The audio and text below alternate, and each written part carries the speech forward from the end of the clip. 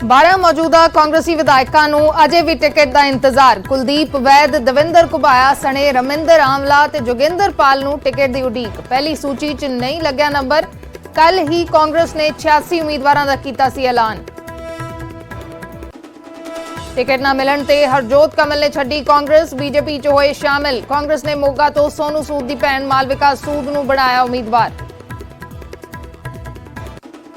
ਚੋਣ ਕਮਿਸ਼ਨ ਨੇ ਰੈਲੀਆਂ ਤੇ ਰੋਡ ਸ਼ੋਅ ਤੇ ਪਾਬੰਦੀ 22 ਜਨਵਰੀ ਤੱਕ ਵਧਾਈ, ਪਰ ਹੁਣ ਇੰਡੋਰ ਪ੍ਰੋਗਰਾਮਾਂ ਦੇ ਲਈ 300 ਲੋਕਾਂ ਦੇ ਇਕੱਠ ਨੂੰ ਦਿੱਤੀ ਮਨਜ਼ੂਰੀ। ਕੋਵਿਡ ਨਿਯਮਾਂ ਦੀ ਪਾਲਣਾ ਲਾਜ਼ਮੀ। ਸੰਯੁਕਤ ਸਮਾਜ ਮੋਰਚਾ ਅੱਜ ਆਪਣੇ ਉਮੀਦਵਾਰਾਂ ਦੀ ਲਿਸਟ ਕਰੇਗਾ ਜਾਰੀ। 10 ਉਮੀਦਵਾਰਾਂ ਦਾ ਪਹਿਲਾਂ ਹੀ ਕਰ ਚੁੱਕਿਆ ਐਲਾਨ। ਸਾਰੀਆਂ ਸੀਟਾਂ ਤੇ ਚੋਣਾਂ ਲੜਨ ਦਾ ਕੀਤਾ ਦਾਅਵਾ। ਸਿਆਸਤ 'ਚ ਉਤਰਨ ਵਾਲੇ ਕਿਸਾਨਾਂ ਤੇ ਐਸਕੇਐਮ ਦਾ ਵੱਡਾ ਐਕਸ਼ਨ। 4 ਮਹੀਨੇ ਲਈ ਤੋੜਿਆ ਨਾਤਾ। ਐਸਕੇਐਮ ਦੀ ਮੀਟਿੰਗ 'ਚ ਲਿਆ ਗਿਆ ਫੈਸਲਾ। 22 ਕਿਸਾਨ ਜਥੇਬੰਦੀਆਂ ਨੇ ਐਸਐਸਐਮ ਦਾ ਕੀਤਾ ਸੀ ਗਠਨ। ਦੇਸ਼ 'ਚ ਕੋਰੋਨਾ ਦੀ ਬੇਲਗਾਮ ਰਫ਼ਤਾਰ। 24 ਘੰਟਿਆਂ 'ਚ 2,71,000 ਤੋਂ ਜ਼ਿਆਦਾ ਨਵੇਂ ਕੇਸ। 314 ਮਰੀਜ਼ਾਂ ਦੀ ਮੌਤ। ਪੰਜਾਬ 'ਚ ਇੱਕ ਦਿਨ 'ਚ 7,000 ਦੇ ਕਰੀਬ ਨਵੇਂ ਮਾਮਲੇ, 22 ਦੀ ਮੌਤ। ਦੇਸ਼ 'ਚ ਕੋਰੋਨਾ ਵੈਕਸੀਨੇਸ਼ਨ ਦਾ 1 ਸਾਲ ਪੂਰਾ। ਹੁਣ ਤੱਕ ਲੱਗੀ 156 ਕਰੋੜ ਤੋਂ ਜ਼ਿਆਦਾ ਡੋਜ਼। ਪੂਰੀ ਆਬਾਦੀ ਨੂੰ ਟੀਕਾ ਲਗਵਾਉਣ ਦਾ ਟੀਚਾ ਅਜੇ ਵੀ ਦੂਰ।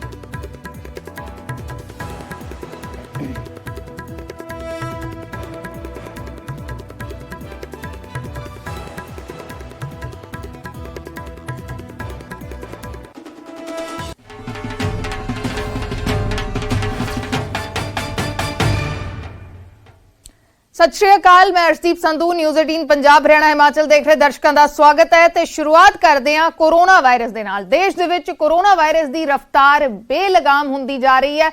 लगातार कोरोना वायरस के केसेस वधदे जा रहे हैं। पिछले 24 घंटिया दे विच 2,71,000 तो ज्यादा नवे केस सामने आए ने।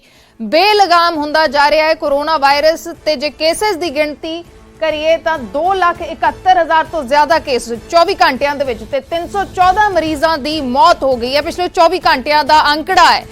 पंजाब दे विच भी कोरोना की खतरनाक रफ्तार है। एक दिन दे विच 7,000 के करीब नवे मामले सामने आए ने। पंजाब की गल करिए तो 7,000 के करीब नवे मामले सामने आए ने ते 22 लोगों की कोरोना वायरस के करके मौत हुई है। पंजाब दे विच भी अंकड़ा लगातार वध रहा है। देश दे विच 2,71,000 तो ज्यादा नवे मामले सामने आए ने ते 314 मरीजों की मौत हुई है।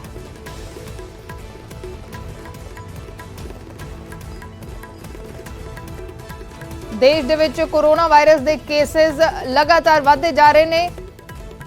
जे पिछले अंकड़ियां की गल करिए 11 जनवरी पिछले 4 दिन का 5 दिन का अंकड़ा है। जे पिछले दिनों के अंकड़ियां की गल करिए तो 11 जनवरी नूं यह अंकड़ा 1,94,720 सी। 12 जनवरी नूं 2,47,417। 13 जनवरी नूं 2,64,202। 14 जनवरी नूं 2,68,833 ते पिछले 24 घंटिया दे विच 2,71,202। जे केसेस देखिए 11 तारीख तो 15 जनवरी तक तो लगातार गिनती वध रही है। 20% के करीब पंजाब दे विच भी पॉजिटिविटी दर पहुंच गई है। पंजाब दे विच भी केसेस लगातार वध रहे ने। अंकड़ियां की गल करिए तो 11 तो 15 जनवरी के दरमियान लगातार केसेस वधदे नजर आ रहे हैं।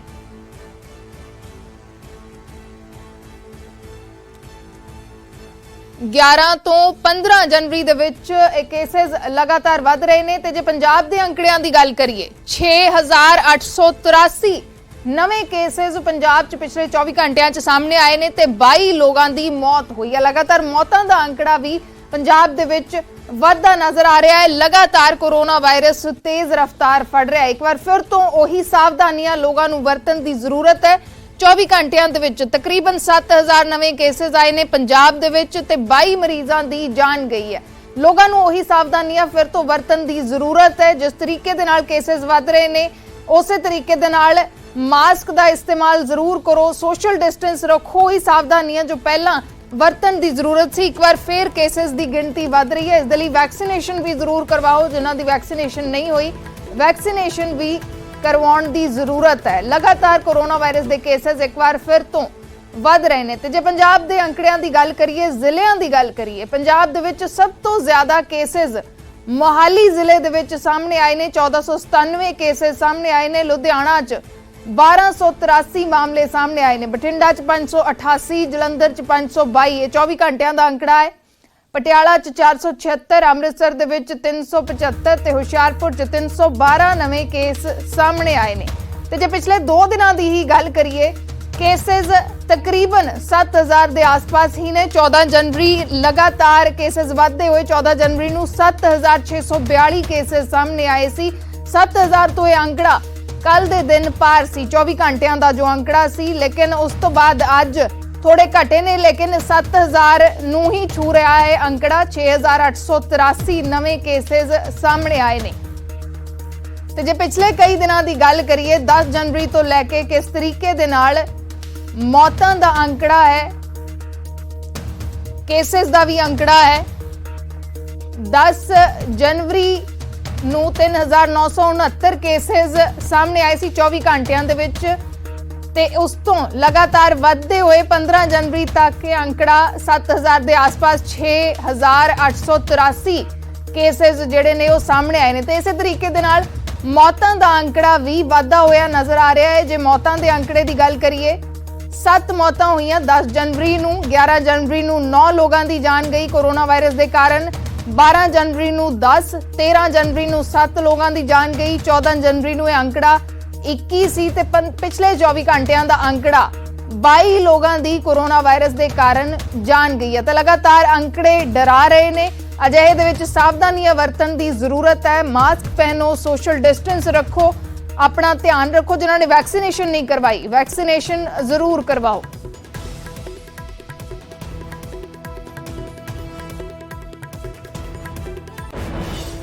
ਤੇ ਹੁਣ ਗੱਲ ਕਰਦੇ ਹਾਂ ਕਿਸਾਨਾਂ ਦੀ, ਉਹਨਾਂ ਕਿਸਾਨਾਂ ਦੀ ਜਿਨ੍ਹਾਂ ਨੇ ਚੋਣਾਂ ਦੇ ਵਿੱਚ ਉਤਰਨ ਦਾ ਫੈਸਲਾ ਕੀਤਾ ਹੈ, ਯਾਨੀ ਕਿ ਸੰਯੁਕਤ ਸਮਾਜ ਮੋਰਚਾ। ਅੱਜ ਸੰਯੁਕਤ ਸਮਾਜ ਮੋਰਚੇ ਦੀ ਦੂਸਰੀ ਸੂਚੀ ਆਏਗੀ, ਉਮੀਦਵਾਰਾਂ ਦੀ ਦੂਸਰੀ ਸੂਚੀ ਆਏਗੀ।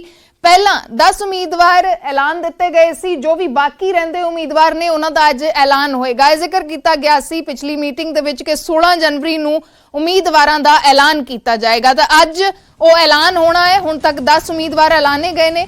ਸਾਰੀਆਂ ਸੀਟਾਂ ਤੇ ਸੰਯੁਕਤ ਸਮਾਜ ਮੋਰਚੇ ਨੇ ਚੋਣਾਂ ਲੜਨ ਦਾ ਦਾਅਵਾ ਪੇਸ਼ ਕੀਤਾ ਹੈ। ਆਮ ਆਦਮੀ ਪਾਰਟੀ ਦੇ ਨਾਲ ਪਹਿਲਾਂ ਚਰਚਾਵਾਂ ਸਨ, ਲੇਕਿਨ ਉਹ ਗੱਠਜੋੜ ਸਿਰੇ ਨਹੀਂ ਚੜਿਆ। ਤਾਂ ਸੰਯੁਕਤ ਸਮਾਜ ਮੋਰਚੇ ਨੇ ਦਾਅਵਾ ਕੀਤਾ ਹੈ ਕਿ ਉਹ 117 ਸੀਟਾਂ ਤੇ ਚੋਣਾਂ ਲੜਨਗੇ। 10 ਉਮੀਦਵਾਰ ਪਹਿਲਾਂ ਹੀ ਐਲਾਨ ਦਿੱਤੇ ਗਏ ਨੇ, ਜਿਨ੍ਹਾਂ ਦੇ ਵਿੱਚ ਵੱਡਾ ਨਾਮ ਬਲਬੀਰ ਸਿੰਘ ਰਾਜੇਵਾਲ ਸਮਰਾਲਾ ਤੋਂ ਚੋਣ ਲੜਨਗੇ ਤੇ ਅੱਜ ਬਾਕੀ ਉਮੀਦਵਾਰਾਂ ਦਾ ਐਲਾਨ ਹੋਏਗਾ। ਤੇ ਇਸੇ ਖਬਰ ਤੇ ਹੋਰ ਜਾਣਕਾਰੀ ਦੇ ਲਈ ਸਾਡੇ ਸਹਿਯੋਗੀ ਰੋਹਿਤ ਗੌਡ ਲੁਧਿਆਣਾ ਤੋਂ ਜੁੜੇ ਹੋਏ ਨੇ। ਰੋਹਿਤ, ਕੀ ਕੁਝ ਜਾਣਕਾਰੀ, ਕਿਸ ਸਮੇਂ ਐਲਾਨ ਹੋਏਗਾ? ਜੀ ਬਿਲਕੁਲ ਅਰਸ਼ੀ, ਅੱਜ ਤੋਂ 2 ਦਿਨ ਪਹਿਲਾਂ ਪ੍ਰੈਸ ਕਾਨਫਰੰਸ ਕੀਤੀ ਗਈ ਸੀ ਔਰ ਉਸ ਪ੍ਰੈਸ ਕਾਨਫਰੰਸ ਦੇ ਵਿੱਚ ਕਿਤੇ ਨਾ ਕਿਤੇ ਦੱਸਿਆ ਗਿਆ ਸੀਗਾ ਕਿ 14 ਤਰੀਕ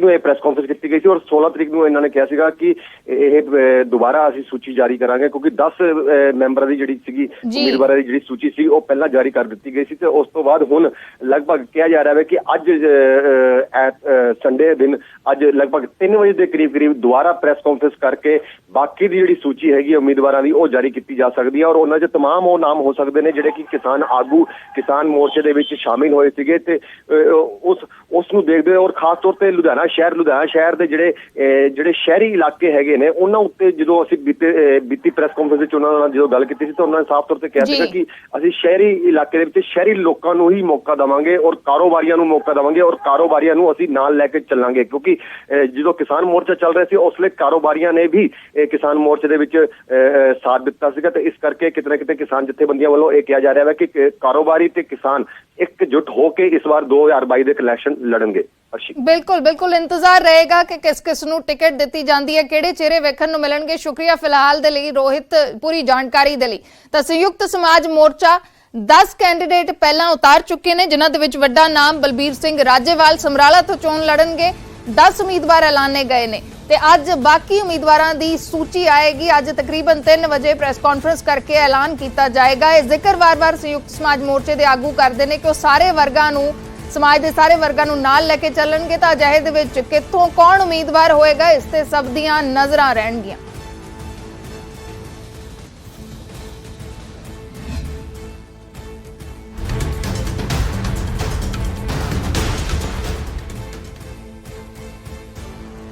ਤਾਂ ਪੰਜਾਬ ਦੀਆਂ 22 ਜਥੇਬੰਦੀਆਂ ਨੇ ਸਿਆਸਤ 'ਚ ਉਤਰਨ ਦਾ, ਚੋਣਾਂ ਲੜਨ ਦਾ ਫੈਸਲਾ ਕੀਤਾ ਹੈ। ਲੇਕਿਨ ਸੰਯੁਕਤ ਕਿਸਾਨ ਮੋਰਚਾ, ਜਿਸ ਦੇ ਵਿੱਚ ਤਕਰੀਬਨ 500 ਜਥੇਬੰਦੀਆਂ ਨੇ ਪੂਰੇ ਦੇਸ਼ ਭਰ ਦੀਆਂ, ਉਹਨਾਂ ਨੇ ਆਪਣੇ ਆਪ ਨੂੰ ਸਿਆਸਤ ਤੋਂ ਦੂਰ ਰੱਖਿਆ ਹੈ। ਲੇਕਿਨ ਸਿਆਸਤ 'ਚ ਉਤਰਨ ਵਾਲੇ ਕਿਸਾਨਾਂ ਤੇ ਵੀ ਵੱਡਾ ਐਕਸ਼ਨ ਲਿਆ ਹੈ।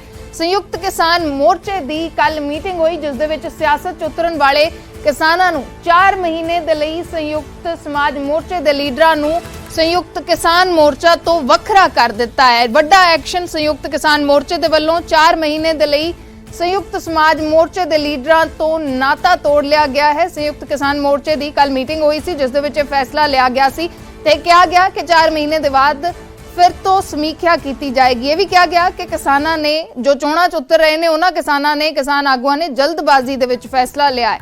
22 ਕਿਸਾਨ ਜਥੇਬੰਦੀਆਂ ਨੇ ਸੰਯੁਕਤ ਸਮਾਜ ਮੋਰਚਾ ਦਾ ਗਠਨ ਕੀਤਾ ਹੈ, ਜੋ ਇਸ ਵੇਲੇ ਚੋਣਾਂ ਲੜਨ ਦੀ ਤਿਆਰੀ ਕਰ ਰਿਹਾ ਹੈ। ਲੇਕਿਨ ਸੰਯੁਕਤ ਕਿਸਾਨ ਮੋਰਚੇ ਦੀ ਮੀਟਿੰਗ 'ਚ ਉਹਨਾਂ ਨਾਲੋਂ ਨਾਤਾ ਫਿਲਹਾਲ ਦੇ ਲਈ 4 ਮਹੀਨੇ ਦੇ ਲਈ ਤੋੜ ਲਿਆ ਗਿਆ ਹੈ। 4 ਮਹੀਨੇ ਬਾਅਦ ਫਿਰ ਤੋਂ ਸਮੀਖਿਆ होगी।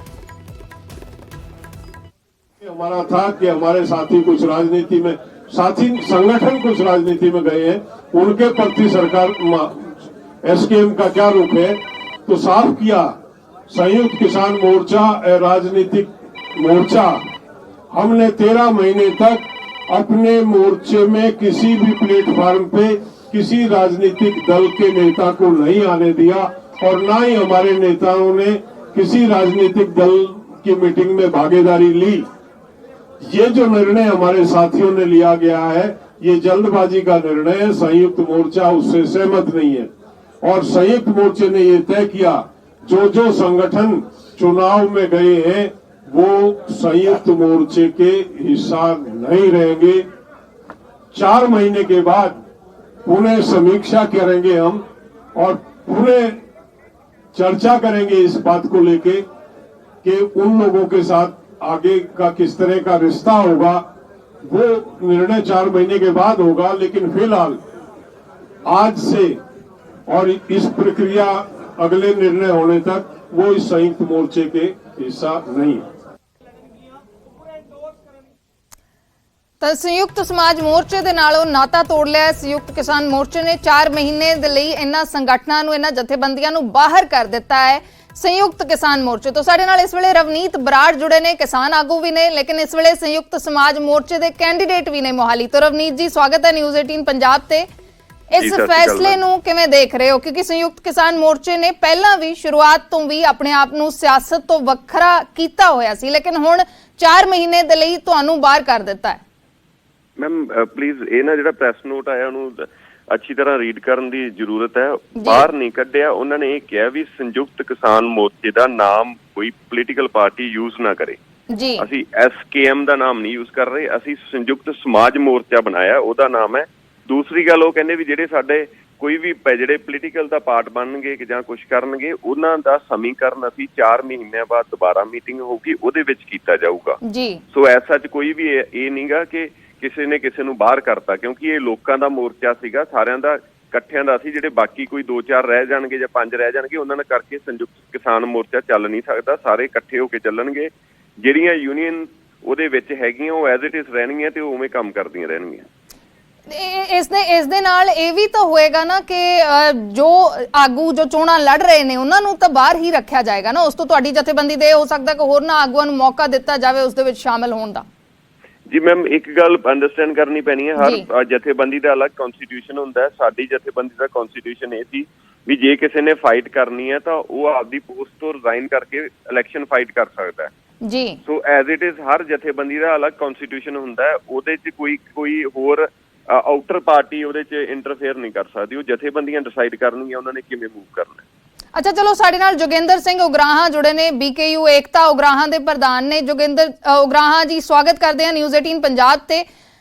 ਐਸਕੇਐਮ ਦਾ ਕੀ ਸਟੈਂਡ ਹੈ ਸੰਯੁਕਤ ਸਮਾਜ ਮੋਰਚਾ ਨੂੰ ਲੈ ਕੇ? ਜਿਵੇਂ ਰਵਨੀਤ ਬਰਾੜ ਕਹਿ ਰਹੇ ਨੇ ਕਿ ਬਾਹਰ ਨਹੀਂ ਕੀਤਾ ਗਿਆ, ਸਮੀਕਰਨ ਜੋ ਵੀ ਹੋਣਗੇ ਸਮੀਖਿਆ ਕੀਤੀ ਜਾਏਗੀ 4 ਮਹੀਨੇ ਤੋਂ ਬਾਅਦ।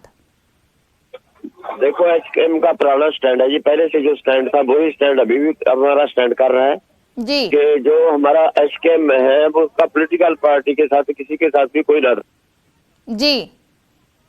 ਤੇ ਜਿਹੜੇ ਆਗੂ ਹੁਣ ਚੋਣਾਂ ਲੜ ਰਹੇ ਨੇ, ਤੁਸੀਂ ਪੰਜਾਬੀ 'ਚ ਗੱਲ ਕਰ ਸਕਦੇ ਹੋ, ਜਿਹੜੇ ਆਗੂ ਹੁਣ ਚੋਣਾਂ ਲੜ ਰਹੇ ਨੇ ਕੀ ਉਹਨਾਂ ਨੂੰ ਲੈ ਕੇ ਕੀ ਸਟੈਂਡ ਹੋਏਗਾ? ਕੀ ਉਹ ਸ਼ਾਮਲ ਹੋ ਸਕਣਗੇ ਸੰਯੁਕਤ ਕਿਸਾਨ ਮੋਰਚੇ ਦੀਆਂ ਐਕਟੀਵਿਟੀਜ਼ ਦੇ ਵਿੱਚ, ਉਹਨਾਂ ਦੀਆਂ ਮੀਟਿੰਗਸ ਦੇ ਵਿੱਚ?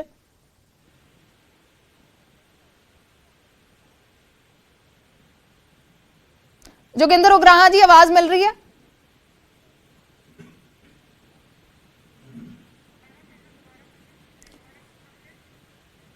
जोगिंदर उग्राहा जी, आवाज मिल रही है ਤੁਹਾਨੂੰ?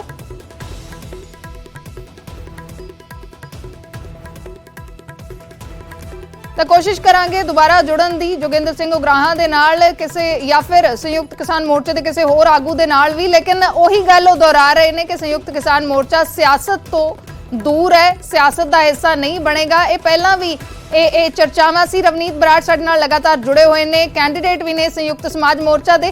रवनीत जी, किहो जी चुनौती देखदे हो? क्योंकि वार-वार ये गल आउंदी है, आम आदमी पार्टी दे आगू भी कई यही गल चुकदे ने कि जे सारियां किसान जथेबंदियां इकट्ठियां होके आउंदियां फिर समीकरण होर होने सी। कुछ दिनों तो सारियां पोलिटिकल पार्टीज नूं एक घबराहट क्यों होई पई है? जे इकट्ठियां आउंदियां तां गल डिफरेंट सी, असीं है ही इकट्ठे। की कोई कह दूगा, कोई किसान जथेबंदी ये कह दूगी भी किसानां नूं वोट ना पाओ ते ये दूसरियां रवायती पार्टियां नूं पा दिओ, कोई भी नहीं कहूगी। सारे साडे नाल डायरैक्टली और इनडायरैक्टली इन्वॉल्वड है।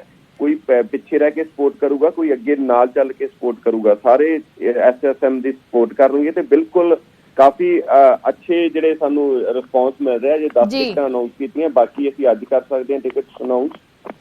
की अज सारियां टिकटां अनाउंस होणगीਆਂ? नहीं, अज सारियां टिकटां नहीं अनाउंस होणगीਆਂ जी, काफी कर सकदे हां। 35 40 50 सीटां अनाउंस हो सकदियां जी। चलो, शुक्रिया साडे नाल जुड़न दे लई। तां अज संयुक्त समाज मोर्चे दीयां 35 40 या 50 टिकटां रवनीत बराड़ कह के गए ने कि जारी हो सकदियां ने, नाम दिते जा सकदे ने उम्मीदवारां दे। साडे नाल बूटा सिंह शादीपुर भी जुड़े ने, वो भी संयुक्त समाज मोर्चे दा हिस्सा ने। चोणां दे विच उन्हां दी जथेबंदी उतर रही है। बूटा सिंह जी, स्वागत है न्यूज़ 18 पंजाब ते। की कहना चाहोगे संयुक्त किसान मोर्चे ने जो स्टैंड लिया है उस दे उत्ते? चलो कोई गल नहीं जी, वेखो गल इस तरह है, उत्थे रह जिहड़ी सी कुछ होर सी, बाद च उन्हां ने जो फैसला करिया वो बदल के हो गया जी। ते ਅਸੀਂ ਉਹਨਾਂ ਨੂੰ ਇਹ ਗੱਲ ਕਹੀ ਸੀ ਵੀ ਇਹ ਵੇਖੋ ਇਲੈਕਸ਼ਨਾਂ 'ਚ ਸਾਰੇ ਉਤਰੇ ਨੇ ਤਕਰੀਬਨ ਜਿੰਨੇ ਇਹਦੇ ਨਾਲ ਸੰਬੰਧਿਤ ਨੇ SKM ਦੇ ਨਾਲ, ਤੇ ਇਹਨੂੰ ਥੋੜਾ ਜਿਹਾ ਵਿਚਾਰ ਲਿਆ ਜਾਵੇ ਅਜੇ। ਤੇ ਚਲੋ ਜਲਦਬਾਜ਼ੀ ਦੇ ਵਿੱਚ ਉਹਨਾਂ ਨੇ ਫੈਸਲਾ ਇਹ ਕਰ ਦਿੱਤਾ, ਠੀਕ ਹੈ। ਪਰ ਲੋਕਾਂ ਦੇ ਮਨਾਂ ਦੇ ਅੰਦਰ ਉਸ ਫੈਸਲੇ ਦੇ ਉਲਟ ਵੀ ਰੋਸ ਆ ਵੀ ਇਹ ਫੈਸਲਾ ਨਹੀਂ ਸੀ ਹੋਣਾ ਚਾਹੀਦਾ, ਕਿਉਂਕਿ ਲੋਕ ਅੱਜ ਮਨ ਬਣਾਏ ਬੈਠੇ ਨੇ ਕਿ ਪੰਜਾਬ ਦੇ ਅੰਦਰ ਜੇਕਰ ਕਿਸਾਨ ਜਥੇਬੰਦੀਆਂ ਨੇ ਬਦਲ ਲਿਆਉਣ ਦਾ ਯਤਨ ਕੀਤਾ ਹੈ, ਰਵਾਇਤੀ ਪਾਰਟੀਆਂ ਤੋਂ ਲੋਕ ਦੁਖੀ ਨੇ। ਹੁਣ ਮੈਂ ਆਪਣੇ ਹਲਕੇ ਸਨੌਰ ਦੇ ਵਿੱਚ ਆ, ਮੈਂ ਸਨੌਰ ਤੋਂ ਇਲੈਕਸ਼ਨ ਲੜ ਰਿਹਾ ਜੀ। ਸਨੌਰ ਦੇ ਵਿੱਚ ਅਸੀਂ ਫਿਰ ਕੇ ਪਿੰਡ ਪਿੰਡ ਦੇਖਿਆ ਜਾ ਕੇ, ਲੋਕ ਜਿਹੜੇ ਨੇ ਇਹ ਗੱਲ ਚਾਹੁੰਦੇ ਨੇ ਕਿ ਜਿਹੜੇ ਮੋਰਚੇ ਦੇ ਵਿੱਚ ਆਗੂ ਰਹੇ ਨੇ, ਮੋਰਚੇ 'ਚ ਜਿਨ੍ਹਾਂ ਨੇ ਅੱਗੇ ਹੋ ਕੇ ਲੜਾਈ ਲੜੀ ਏ, ਜਿਨ੍ਹਾਂ ਦੇ ਉੱਤੇ ਪਰਚੇ ਦਰਜ ਹੋਏ ਨੇ, ਇੱਥੋਂ ਤੱਕ ਕਿ UAPA ਲਾ ਕੇ ਪਰਚੇ ਦਰਜ ਕੀਤੇ ਗਏ ਜਿਹੜੇ ਅੰਦਰੋਂ ਨਹੀਂ ਨਿਕਲਣ ਦਿੰਦੇ, ਠੀਕ ਹੈ ਜੀ। ਐਡੀਆਂ ਵੱਡੀਆਂ ਧਰਾਵਾਂ ਲਾ ਕੇ ਉਹ ਲੋਕ ਜੇ ਅੱਗੇ ਆਉਂਦੇ ਨੇ ਤੇ ਲੋਕ ਪ੍ਰਵਾਨ ਕਰਦੇ ਪੈਣਾ। ਇਸ ਟਾਈਮ ਲੋਕਾਂ ਦੀ ਪ੍ਰਵਾਨਗੀ ਉਹਨਾਂ ਨੂੰ, ਲੋਕ ਕਹਿੰਦੇ ਨੇ ਵੀ ਅਸੀਂ ਬਿਲਕੁਲ ਜਿਨ੍ਹਾਂ ਨੇ ਅੱਗੇ ਲੱਗ ਕੇ ਲੜਾਈ ਲੜ ਕੇ ਇਹ ਕਾਨੂੰਨ ਵਾਪਸ ਕਰਾਏ ਨੇ, ਅਸੀਂ ਉਹਨਾਂ ਦੇ ਨਾਲ ਡਟ ਕੇ ਖੜਾਂਗੇ। ਅਗਰ ਜੇ ਕੋਈ ਹੋਰ ਆ ਜਾਂਦਾ ਹੈ ਉਹਦੇ ਉੱਤੇ ਲੋਕ ਵਿਚਾਰ ਚਰਚਾ ਕਰਦੇ ਨੇ, ਲੇਕਿਨ ਜੇ ਆਗੂ ਜਿਹੜੇ ਨੇ ਜਿਵੇਂ 22 ਕਿਸਾਨ ਜਥੇਬੰਦੀਆਂ ਲੜ ਰਹੀਆਂ ਨੇ, ਉਹਨਾਂ 22 ਦੇ ਉੱਤੇ ਕਿਸੇ ਕਿਸਮ ਦਾ ਕੋਈ ਇਤਰਾਜ਼ ਨਹੀਂ। SKM ਨੇ ਜੋ ਫੈਸਲਾ ਕੀਤਾ ਹੈ ਉਹਨਾਂ ਦਾ ਆਪਣਾ ਸਿਸਟਮ ਆ, ਅਸੀਂ ਉਹਨਾਂ ਦਾ ਸਵਾਗਤ ਵੀ ਕਰਦੇ ਹਾਂ, ਧੰਨਵਾਦ ਕਰਦੇ ਹਾਂ ਵੀ ਉਹਨਾਂ ਦਾ ਮਾਣ ਸਤਿਕਾਰ ਕਰਦੇ ਆ। ਸਵਾਗਤ ਫੈਸਲੇ ਦਾ ਨਹੀਂ, ਉਹਨਾਂ ਦਾ ਮਾਣ ਸਤਿਕਾਰ ਕਰਦੇ ਆ, ਕਿਉਂਕਿ ਲੜਾਈ ਇਕੱਠਿਆਂ ਨੇ ਅਸਾਂ ਲੜੀਏ। ਜੇ ਇਕੱਠੇ ਸਾਂ ਤੇ ਅਸੀਂ ਜਿੱਤੇ ਆ, ਹੁਣ ਵੀ ਜੇ ਇਕੱਠੇ ਰਹਾਂਗੇ ਤੇ ਜਿੱਤਾਂਗੇ, ਠੀਕ ਹੈ ਜੀ। ਇਸ ਕਰਕੇ ਜਿਹੜੇ ਚਿਹਰੇ ਨੇ ਉਹ ਟੋਟਲ ਦੇ ਟੋਟਲ ਹੀ ਲੋਕ ਪ੍ਰਵਾਨ ਕਰ ਰਹੇ ਨੇ, ਜਿਨ੍ਹਾਂ ਦੀ ਇਨਵੋਲਵਮੈਂਟ ਹੈ ਉੱਥੇ ਅੰਦੋਲਨ ਦੇ ਅੰਦਰ। ਉਹਨਾਂ ਨੂੰ ਲੋਕਾਂ ਨੇ ਕਹਿ ਕੇ ਇਸ ਲਾਈਨ ਦੇ ਵਿੱਚ ਵਾੜਿਆ ਵੀ ਤੁਸੀਂ ਇਲੈਕਸ਼ਨ ਲੜੋ, ਅੱਗੇ ਆਵੋ ਤੇ ਅਸੀਂ ਤੁਹਾਡੇ ਨਾਲ ਖੜੇ ਆ। ਤੁਸੀਂ ਜੇ ਸਿਸਟਮ ਪੰਜਾਬ ਦਾ ਗਰਕਿਆ ਜਿਹੜਾ ਇਹਨੂੰ ਬਦਲ ਸਕਦੇ ਹੋ, ਹੋਰ ਨਹੀਂ ਕੋਈ ਬਦਲ ਸਕਦਾ। ਕਿਉਂਕਿ ਸਾਡੇ ਨਾਲ ਜੋਗਿੰਦਰ ਸਿੰਘ ਉਗਰਾਹਾਂ ਵੀ ਜੁੜੇ ਨੇ, ਮੈਂ ਤੁਹਾਨੂੰ ਰੋਕਣਾ ਚਾਹਾਂਗੀ ਫਿਲਹਾਲ ਦੇ ਲਈ। ਜੋਗਿੰਦਰ ਸਿੰਘ ਉਗਰਾਹਾਂ ਜੁੜੇ ਨੇ ਇੱਕ ਵਾਰ ਫਿਰ ਤੋਂ। ਜੋਗਿੰਦਰ ਉਗਰਾਹਾਂ ਜੀ, ਆਵਾਜ਼ ਮਿਲ ਪਾ ਰਹੀ ਹੈ ਹੁਣ ਤੁਹਾਨੂੰ? ਹਾਂ ਜੀ, ਹਾਂ ਮਿਲ ਆਉਂਦੀ ਆਵਾਜ਼। ਤੇ ਮੈਂ ਤੁਹਾਨੂੰ ਇਹ ਪੁੱਛ ਰਹੀ ਸੀ ਕਿ ਸੰਯੁਕਤ ਸਮਾਜ ਮੋਰਚੇ ਦੇ ਵਿੱਚ ਜਿਹੜੇ ਆਗੂ ਚੋਣਾਂ ਲੜ ਰਹੇ ਨੇ ਜਾਂ ਜਿਹੜੀਆਂ ਜਥੇਬੰਦੀਆਂ ਚੋਣਾਂ ਲੜ ਰਹੀਆਂ ਨੇ, ਕੀ ਉਹ ਸੰਯੁਕਤ ਕਿਸਾਨ ਮੋਰਚੇ ਦੀਆਂ ਮੀਟਿੰਗਾਂ ਦੇ ਵਿੱਚ ਜਾਂ ਉਹਨਾਂ ਦੇ ਜਿਹੜੇ ਐਕਸ਼ਨ ਪਲਾਨ ਨੇ ਉਹਨਾਂ ਦੇ ਵਿੱਚ ਹਿੱਸਾ ਲੈ ਸਕਣਗੀਆਂ, ਜਾਂ ਫਿਰ ਉਹਨਾਂ ਨੂੰ ਤੁਸੀਂ ਫਿਲਹਾਲ ਦੇ ਲਈ ਪੂਰਾ ਬਾਹਰ ਕਰ ਦਿੱਤਾ? ਥੋੜਾ ਕਲੀਅਰ ਚਾਹਾਂਗੇ। ਦੇਖੋ ਮੈਡਮ, ਕੋਈ ਨਈ ਬਾਤ ਨਹੀਂ ਹੈ, ਨਵੀਂ ਗੱਲ ਨਹੀਂ ਹੈ ਸਾਡੀ। ਅਸੀਂ ਜਿਹੜੀਆਂ ਪਹਿਲਾਂ ਸਾਡੀ ਪਾਲਿਸੀ ਸੀ, ਅਸੀਂ ਉਹੀ ਪਾਲਿਸੀ ਆਪਣੀ ਲਾਗੂ ਕੀਤੀ ਹੈ ਜੀ। ਜਿਹੜਾ ਸੰਯੁਕਤ ਸਮਾਜ ਮੋਰਚਾ ਹੈ, ਇਹਦੇ ਚ ਪੋਲੀਟੀਕਲ ਪਾਰਟੀ, ਕੋਈ ਵੀ ਪੋਲੀਟੀਕਲ ਪਾਰਟੀ ਇਹਦੀ ਸਟੇਜ ਨਹੀਂ ਵਰਤ ਸਕਦੀ। ਪੋਲੀਟੀਕਲ ਪਾਰਟੀ ਦਾ ਇਸ ਮੋਰਚੇ ਨਾਲ ਕੋਈ ਸੰਬੰਧ ਨਹੀਂ, ਬਾਹਰੋਂ ਕੋਈ ਹਮਾਇਤ ਕਰ ਸਕਦਾ। ਇਸ ਕਰਕੇ ਅਸੀਂ ਜਿਹੜੀ SSM ਬਣਿਆ, ਸਿਆਸੀ ਮੋਰਚਾ 22 ਜਥੇਬੰਦੀਆਂ ਨੇ ਬਣਾਇਆ, ਉਹਦੇ ਨਾਲੋਂ ਆਪਦਾ ਨਾਤਾ ਤੋੜਿਆ, ਉਹਨੂੰ ਆਪਦੇ ਆਪ ਨੂੰ ਵੱਖ ਕੀਤਾ। ਚੋਣਾਂ ਲੜ ਕੇ ਕੋਈ ਸਿਸਟਮ ਬਦਲਦਾ ਹੈ, ਚੋਣਾਂ ਲੜ ਕੇ ਕੋਈ ਕੁਛ ਕੀ ਸਵਾਰ ਦਾ ਸਮਾਜ ਦਾ, ਇਹਨੂੰ ਲੋਕ ਦੇਖ ਲੈਣਗੇ। ਪਰ ਸਾਡੀ ਜਥੇਬੰਦੀ ਦੀ ਪਹੁੰਚ ਹੈ ਵੀ ਚੋਣਾਂ ਲੜ ਕੇ ਕੋਈ ਸਿਸਟਮ ਨੂੰ ਸੁਧਾਰ ਨਹੀਂ ਕੀਤਾ ਜਾ ਸਕਦਾ। ਤੁਸੀਂ ਕਿਹਾ ਕਿ ਜੋ ਸੰਯੁਕਤ ਸਮਾਜ ਮੋਰਚਾ ਬਣਿਆ ਉਹ ਇੱਕ ਸਿਆਸੀ ਪਾਰਟੀ ਹੋ ਗਈ, ਇਸ ਕਰਕੇ ਉਸ ਦੇ ਨਾਲ ਮੰਚ ਸਾਂਝਾ ਨਹੀਂ ਹੋ ਸਕਦਾ, ਲੇਕਿਨ ਇੰਡੀਵਿਜੂਅਲ ਲੈਵਲ ਤੇ ਜੋ ਉਹ 22 ਕਿਸਾਨ ਜਥੇਬੰਦੀਆਂ ਨੇ, ਕੀ ਉਹਨਾਂ ਦੇ ਆਗੂ ਜਿਹੜੇ ਚੋਣਾਂ ਨਹੀਂ ਲੜ ਰਹੇ, ਕੀ ਉਹ ਤੁਹਾਡੀਆਂ ਮੀਟਿੰਗਸ ਦੇ ਵਿੱਚ ਆ ਸਕਦੇ ਨੇ ਜਾਂ ਤੁਹਾਡੇ ਐਕਸ਼ਨਸ ਦੇ ਵਿੱਚ ਹਿੱਸਾ ਲੈ ਸਕਦੇ ਨੇ? नहीं जी, संयुक्त SSM ਦੇ ਆਗੂ ਨਹੀਂ ਕੋਈ ਆ ਸਕਦਾ। ट्रेड और किसान जथेबंदी के तौर पे कोई आगू है, जथेबंदी आ सकती है, पार्टी नहीं आ सकती। जी जी। बूटा सिंह जी की कहना चाहोगे? तुसी कह रहे सी कि जल्दबाजी च फैसला लिया है, लेकिन वो कह रहे ने कि जेड़े लोग चोणां लड़ रहे ने, ठीक है जी, जेड़े लोग चोणां लड़ रहे ने ਉਹ ਵਿੱਚ ਸ਼ਾਮਲ ਨਹੀਂ ਹੋ ਸਕਦੇ, ਇੰਡੀਵਿਜੂਅਲ ਜਥੇਬੰਦੀ ਦੇ ਤੌਰ ਤੇ ਉਹਨਾਂ ਦੇ ਆਗੂ ਸ਼ਾਮਲ ਹੋ ਸਕਦੇ ਨੇ। ਨਹੀਂ, ਉਹ ਇਹ ਵੀ ਫੈਸਲਾ ਹੋਇਆ ਸੀ ਵੀ ਉਹ ਰਿਜ਼ਾਈਨ ਕਰਕੇ ਆ ਸਕਦੇ ਨੇ, ਆਪਣੇ ਕਿਸੇ 2 ਨੰਬਰ ਦੇ ਨੂੰ ਪ੍ਰਧਾਨ ਬਣਾ ਸਕਦੇ ਆ। ਉਗਰਾਹਾਂ ਸਾਹਿਬ ਬਹੁਤ ਸੁਲਝੇ ਹੋਏ ਆਗੂ ਨੇ। ਦੇਖੋ, ਜਿਹੜੇ ਉਗਰਾਹਾਂ ਸਾਹਿਬ ਨੇ ਬਹੁਤ ਸੁਲਝੇ ਹੋਏ ਆਗੂ ਨੇ, ਮੇਰੇ ਤੋਂ ਪਹਿਲਾਂ ਬੋਲ ਰਹੇ ਸੀ, ਔਰ ਉਹਨਾਂ ਨੇ ਸਾਰੀ ਗੱਲ ਵੀ ਉੱਥੇ ਕੱਲ ਆਪਣੀ ਕਲੀਅਰ ਕੀਤੀ, ਔਰ ਬਹੁਤ ਘੱਟ ਬੋਲਦੇ ਨੇ ਤੇ ਸਭ ਤੋਂ ਵੱਧ ਰਾਏ ਦਿੰਦੇ ਨੇ, ਵਧੀਆ ਰਾਏ ਦਿੰਦੇ ਨੇ, ਬਹੁਤ ਅੱਛੇ ਬੰਦੇ ਨੇ। ਉਹਨਾਂ ਨੇ ਜੋ ਗੱਲ ਕਹੀ ਹੈ, ਵਧੀਆ ਇਨਸਾਨ ਨੇ, ਉਹਨਾਂ ਨੇ ਆਪਣੀ ਜਥੇਬੰਦੀ ਵੱਡੀ ਮਜ਼ਬੂਤੀ ਨਾਲ ਤਾਂ ਹੀ ਚਲਾਈ ਹੋਈ ਹੈ। ਠੀਕ ਹੈ, ਉਹਨਾਂ ਦਾ ਫੈਸਲਾ ਸ਼ੁਰੂ ਤੋਂ ਲੈ ਕੇ ਬਣਿਆ ਹੋਇਆ।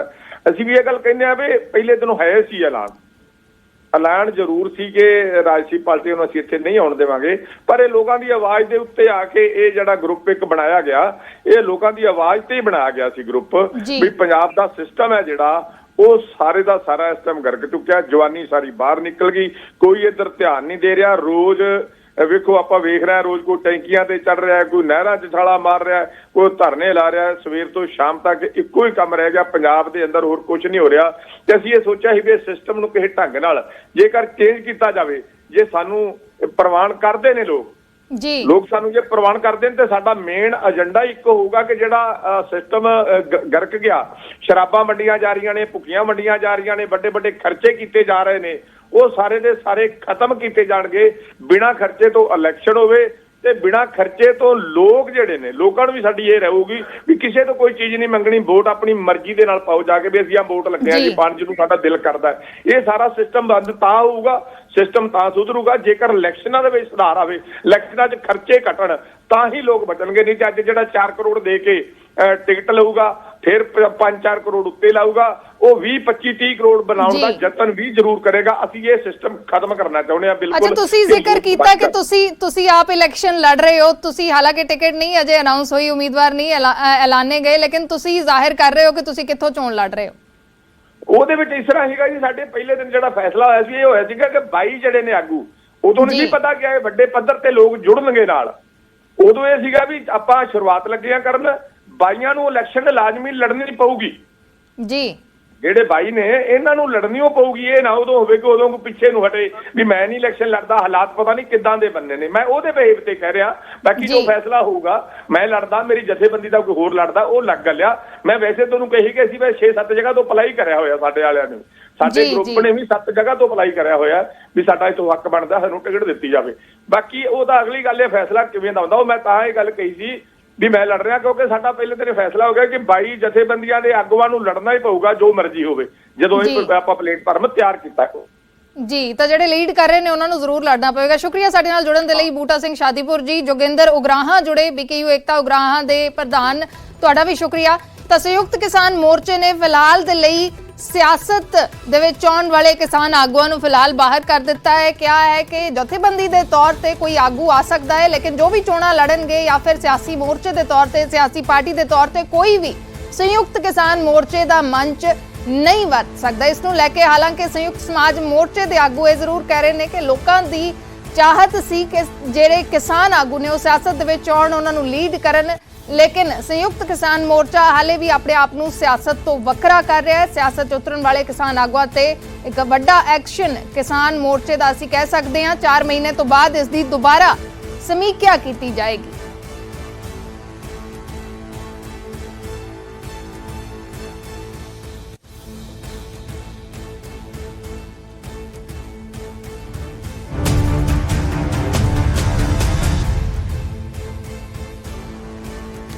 ਤੇ ਹੁਣ ਜ਼ਿਕਰ ਕਰਾਂਗੇ ਸੱਤਾ ਧਿਰ ਕਾਂਗਰਸ ਦਾ। ਕਾਂਗਰਸ ਦੇ ਵੱਲੋਂ 86 ਉਮੀਦਵਾਰ ਐਲਾਨੇ ਗਏ, ਲੇਕਿਨ 12 ਮੌਜੂਦਾ ਕਾਂਗਰਸ ਵਿਧਾਇਕਾਂ ਨੂੰ ਅਜੇ ਵੀ ਟਿਕਟ ਦਾ ਇੰਤਜ਼ਾਰ ਹੈ। ਪਹਿਲੀ ਸੂਚੀ 86 ਉਮੀਦਵਾਰ ਐਲਾਨੇ ਗਏ, ਲੇਕਿਨ ਪਹਿਲੀ ਸੂਚੀ 'ਚ ਇਹਨਾਂ 12 ਵਿਧਾਇਕਾਂ ਦਾ, ਜੋ ਮੌਜੂਦਾ ਵਿਧਾਇਕ ਨੇ, ਉਹਨਾਂ ਦਾ ਨੰਬਰ ਨਹੀਂ ਲੱਗਿਆ। ਪਹਿਲੀ ਸੂਚੀ ਦੇ ਵਿੱਚ ਕੁਲਦੀਪ ਵੈਦ, ਦਵਿੰਦਰ ਘੁਬਾਇਆ ਟਿਕਟ ਦੀ ਉਮੀਦ, ਲੇਕਿਨ ਅਜੇ ਨੰਬਰ ਨਹੀਂ ਆਇਆ, ਸੀਟਾਂ ਨਹੀਂ ਐਲਾਨੀਆਂ ਗਈਆਂ, ਉਮੀਦਵਾਰ ਨਹੀਂ ਐਲਾਨੇ ਗਏ। ਰਮਿੰਦਰ ਆਮਲਾ ਤੇ ਜੋਗਿੰਦਰ ਪਾਲ ਵੀ ਪਹਿਲੀ ਸੂਚੀ ਦੇ ਵਿੱਚ ਸ਼ਾਮਲ ਨਹੀਂ। ਅਜਿਹੇ ਦੇ ਵਿੱਚ ਕੁੱਲ 31 ਉਮੀਦਵਾਰਾਂ ਦਾ ਐਲਾਨ ਬਾਕੀ ਹੈ। ਕੀ ਮੌਜੂਦਾ ਵਿਧਾਇਕਾਂ ਦੀ ਟਿਕਟ ਤੇ ਪੇਚ ਫਸਿਆ ਹੋਇਆ? ਕਈ ਕਿਸਮ ਦੇ ਸਵਾਲ ਨੇ। ਜੋ ਸੀਟਾਂ, ਜੋ ਉਮੀਦਵਾਰ ਅਜੇ ਐਲਾਨੇ ਨਹੀਂ ਗਏ, ਉਹਨਾਂ ਨੂੰ ਲੈ ਕੇ ਕੀ ਪੇਚ ਫਸਿਆ ਹੋਇਆ ਹੈ? ਕਈ ਸੀਟਾਂ ਤਾਂ ਖੈਰ ਇਸ ਤਰੀਕੇ ਦੀਆਂ ਨੇ, ਜਿਵੇਂ ਕੈਪਟਨ ਅਮਰਿੰਦਰ ਸਿੰਘ ਕਾਂਗਰਸ ਛੱਡ ਗਏ, ਰਾਣਾ ਗੁਰਮੀਤ ਸੋਢੀ ਕਾਂਗਰਸ ਛੱਡ ਗਏ, ਉਹਨਾਂ ਸੀਟਾਂ ਦੇ ਉੱਤੇ ਤਾਂ ਕੋਈ ਨਾ ਕੋਈ ਉਮੀਦਵਾਰ ਉਤਾਰਨਾ ਪਏਗਾ। ਲੇਕਿਨ 12 ਮੌਜੂਦਾ ਵਿਧਾਇਕ ਨੇ ਜਿਨ੍ਹਾਂ ਦੀ ਟਿਕਟ ਅਨਾਉਂਸ ਨਹੀਂ ਹੋਈ, ਜਿਨ੍ਹਾਂ ਦਾ ਟਿਕਟ ਦਾ ਇੰਤਜ਼ਾਰ ਹੈ। ਕਿਹੜੇ ਵਿਧਾਇਕ ਨੇ?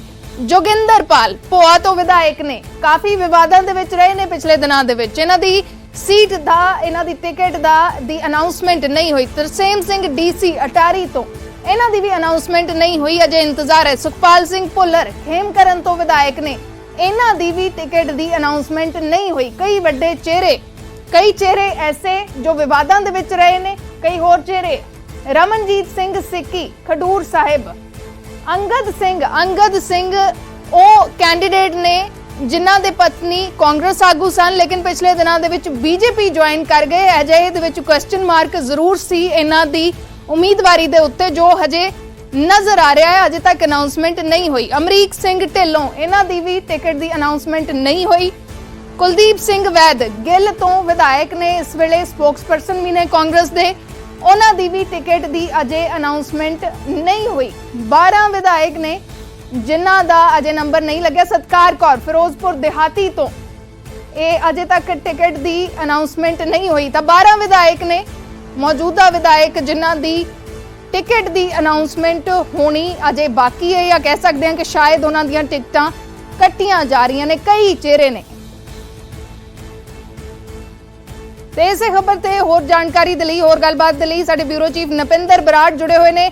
ਨਪਿੰਦਰ, ਕਿਵੇਂ ਦੇਖਿਆ ਜਾਵੇ 12 ਮੌਜੂਦਾ ਵਿਧਾਇਕ ਜਿਨ੍ਹਾਂ ਦਾ ਅਜੇ ਪਹਿਲੀ ਸੂਚੀ 'ਚ ਨੰਬਰ ਨਹੀਂ ਲੱਗਿਆ? ਕਈ ਚਿਹਰੇ ਵਿਵਾਦਾਂ 'ਚ ਰਹੇ ਨੇ, ਕਈ ਚਿਹਰੇ, ਜਿਵੇਂ ਅੰਗਦ ਸਿੰਘ ਦੀ ਗੱਲ ਕਰ ਲਈਏ ਤਾਂ ਉਹਨਾਂ ਦੇ ਪਤਨੀ ਪਿਛਲੇ ਦਿਨਾਂ 'ਚ ਬੀਜੇਪੀ 'ਚ ਸ਼ਾਮਲ ਹੋ ਗਏ ਸੀ ਤੇ ਉਹਨਾਂ ਤੇ ਵੀ ਕਿਤੇ ਨਾ ਕਿਤੇ ਕੁਐਸਚਨ ਮਾਰਕ ਸੀ। ਤਾਂ ਕਿਵੇਂ ਦੇਖਿਆ ਜਾਵੇ, ਕੀ ਟਿਕਟਾਂ ਕੱਟੀਆਂ ਜਾ ਰਹੀਆਂ ਨੇ ਜਾਂ ਫਿਰ ਕਹੀਏ ਕਿ ਅਜੇ ਪੇਚ ਫਸਿਆ ਹੋਇਆ ਹੈ?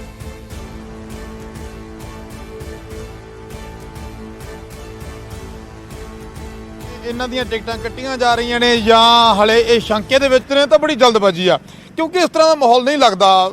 ਇਸ ਅਗਰ ਅਸੀਂ 12 ਵਿਧਾਇਕਾਂ ਦੀ ਸੂਚੀ ਨੂੰ ਦੇਖਦੇ ਹਾਂ, ਕਿਉਂਕਿ ਜਿਹੜੇ ਕਈ ਨਾਮ ਨੇ, ਤਰਸੇਮ ਸਿੰਘ ਡੀਸੀ ਨੇ, ਉਹ ਕਿਤੇ ਨਾ ਕਿਤੇ ਸੇਫ ਦੇਖੇ ਜਾਂਦੇ ਨੇ, ਤੇ ਜਿਹੜੇ ਸੁਖਪਾਲ ਸਿੰਘ ਭੁੱਲਰ ਨੇ ਉਹਨਾਂ ਨੂੰ ਸੇਫ ਦੇਖਿਆ ਜਾਂਦਾ। ਰਮਨਜੀਤ ਸਿੱਕੀ ਖਡੂਰ ਸਾਹਿਬ ਤੋਂ ਨੇ, ਰਮਨਜੀਤ ਸਿੱਕੀ ਨੂੰ ਲੈ ਕੇ ਵੀ ਕੋਈ ਕੰਟਰੋਵਰਸੀ ਵਗੈਰਾ ਇਦਾਂ ਹੀ ਸਾਹਮਣੇ ਨਹੀਂ ਆਈ। ਪਰ ਕਈ ਵਾਰ ਕੀ ਹੁੰਦਾ ਕਿ ਕੁਝ ਸੀਟਾਂ ਜਿਹੜੀਆਂ ਨੇ ਕਿਸੇ ਨਾ ਕਿਸੇ ਕਾਰਨ ਕਈ ਵਾਰੀ ਸੀਟਾਂ ਚੇਂਜ ਕਰਨ ਦੀ ਗੱਲ ਹੁੰਦੀ ਹੈ। ਕਈ ਵਾਰੀ ਇਹ ਐਸੇ ਹਾਲਾਤ ਹੁੰਦੇ ਨੇ ਜਿਹਨੂੰ ਲੈ ਕੇ ਕਈ ਵਾਰ ਹੋਲਡ ਕੀਤੀਆਂ ਜਾਂਦੀਆਂ ਨੇ ਟਿਕਟਾਂ। ਤਾਂ ਦੇਖੋ, ਸਿੱਧੇ ਤੌਰ ਤੇ ਜਿਸ ਤਰ੍ਹਾਂ ਤੁਸੀਂ ਰਵਿੰਦਰ ਆਮਲਾ ਜਲਾਲਾਬਾਦ ਤੋਂ ਵਿਧਾਇਕ ਨੇ, ਜ਼ਿਮਨੀ ਚੋਣ ਲੜ ਕੇ ਉਹ ਵਿਧਾਇਕ ਬਣੇ, ਪਰ ਰਵਿੰਦਰ ਆਮਲਾ ਨੂੰ ਲੈ ਕੇ ਹੁਣ ਚਰਚਾ ਇਹ ਹੈ ਕਿ ਜਿਹੜੀ ਰਾਣਾ ਗੁਰਮੀਤ ਸੋਢੀ ਦੀ ਗੁਰੂ ਹਰਸਾਏ ਸੀਟ ਖਾਲੀ ਹੋਈ ਹੈ, ਤਾਂ ਰਵਿੰਦਰ ਆਮਲਾ ਦੀ ਨਜ਼ਰ ਗੁਰੂ ਹਰਸਾਏ ਤੇ ਆ।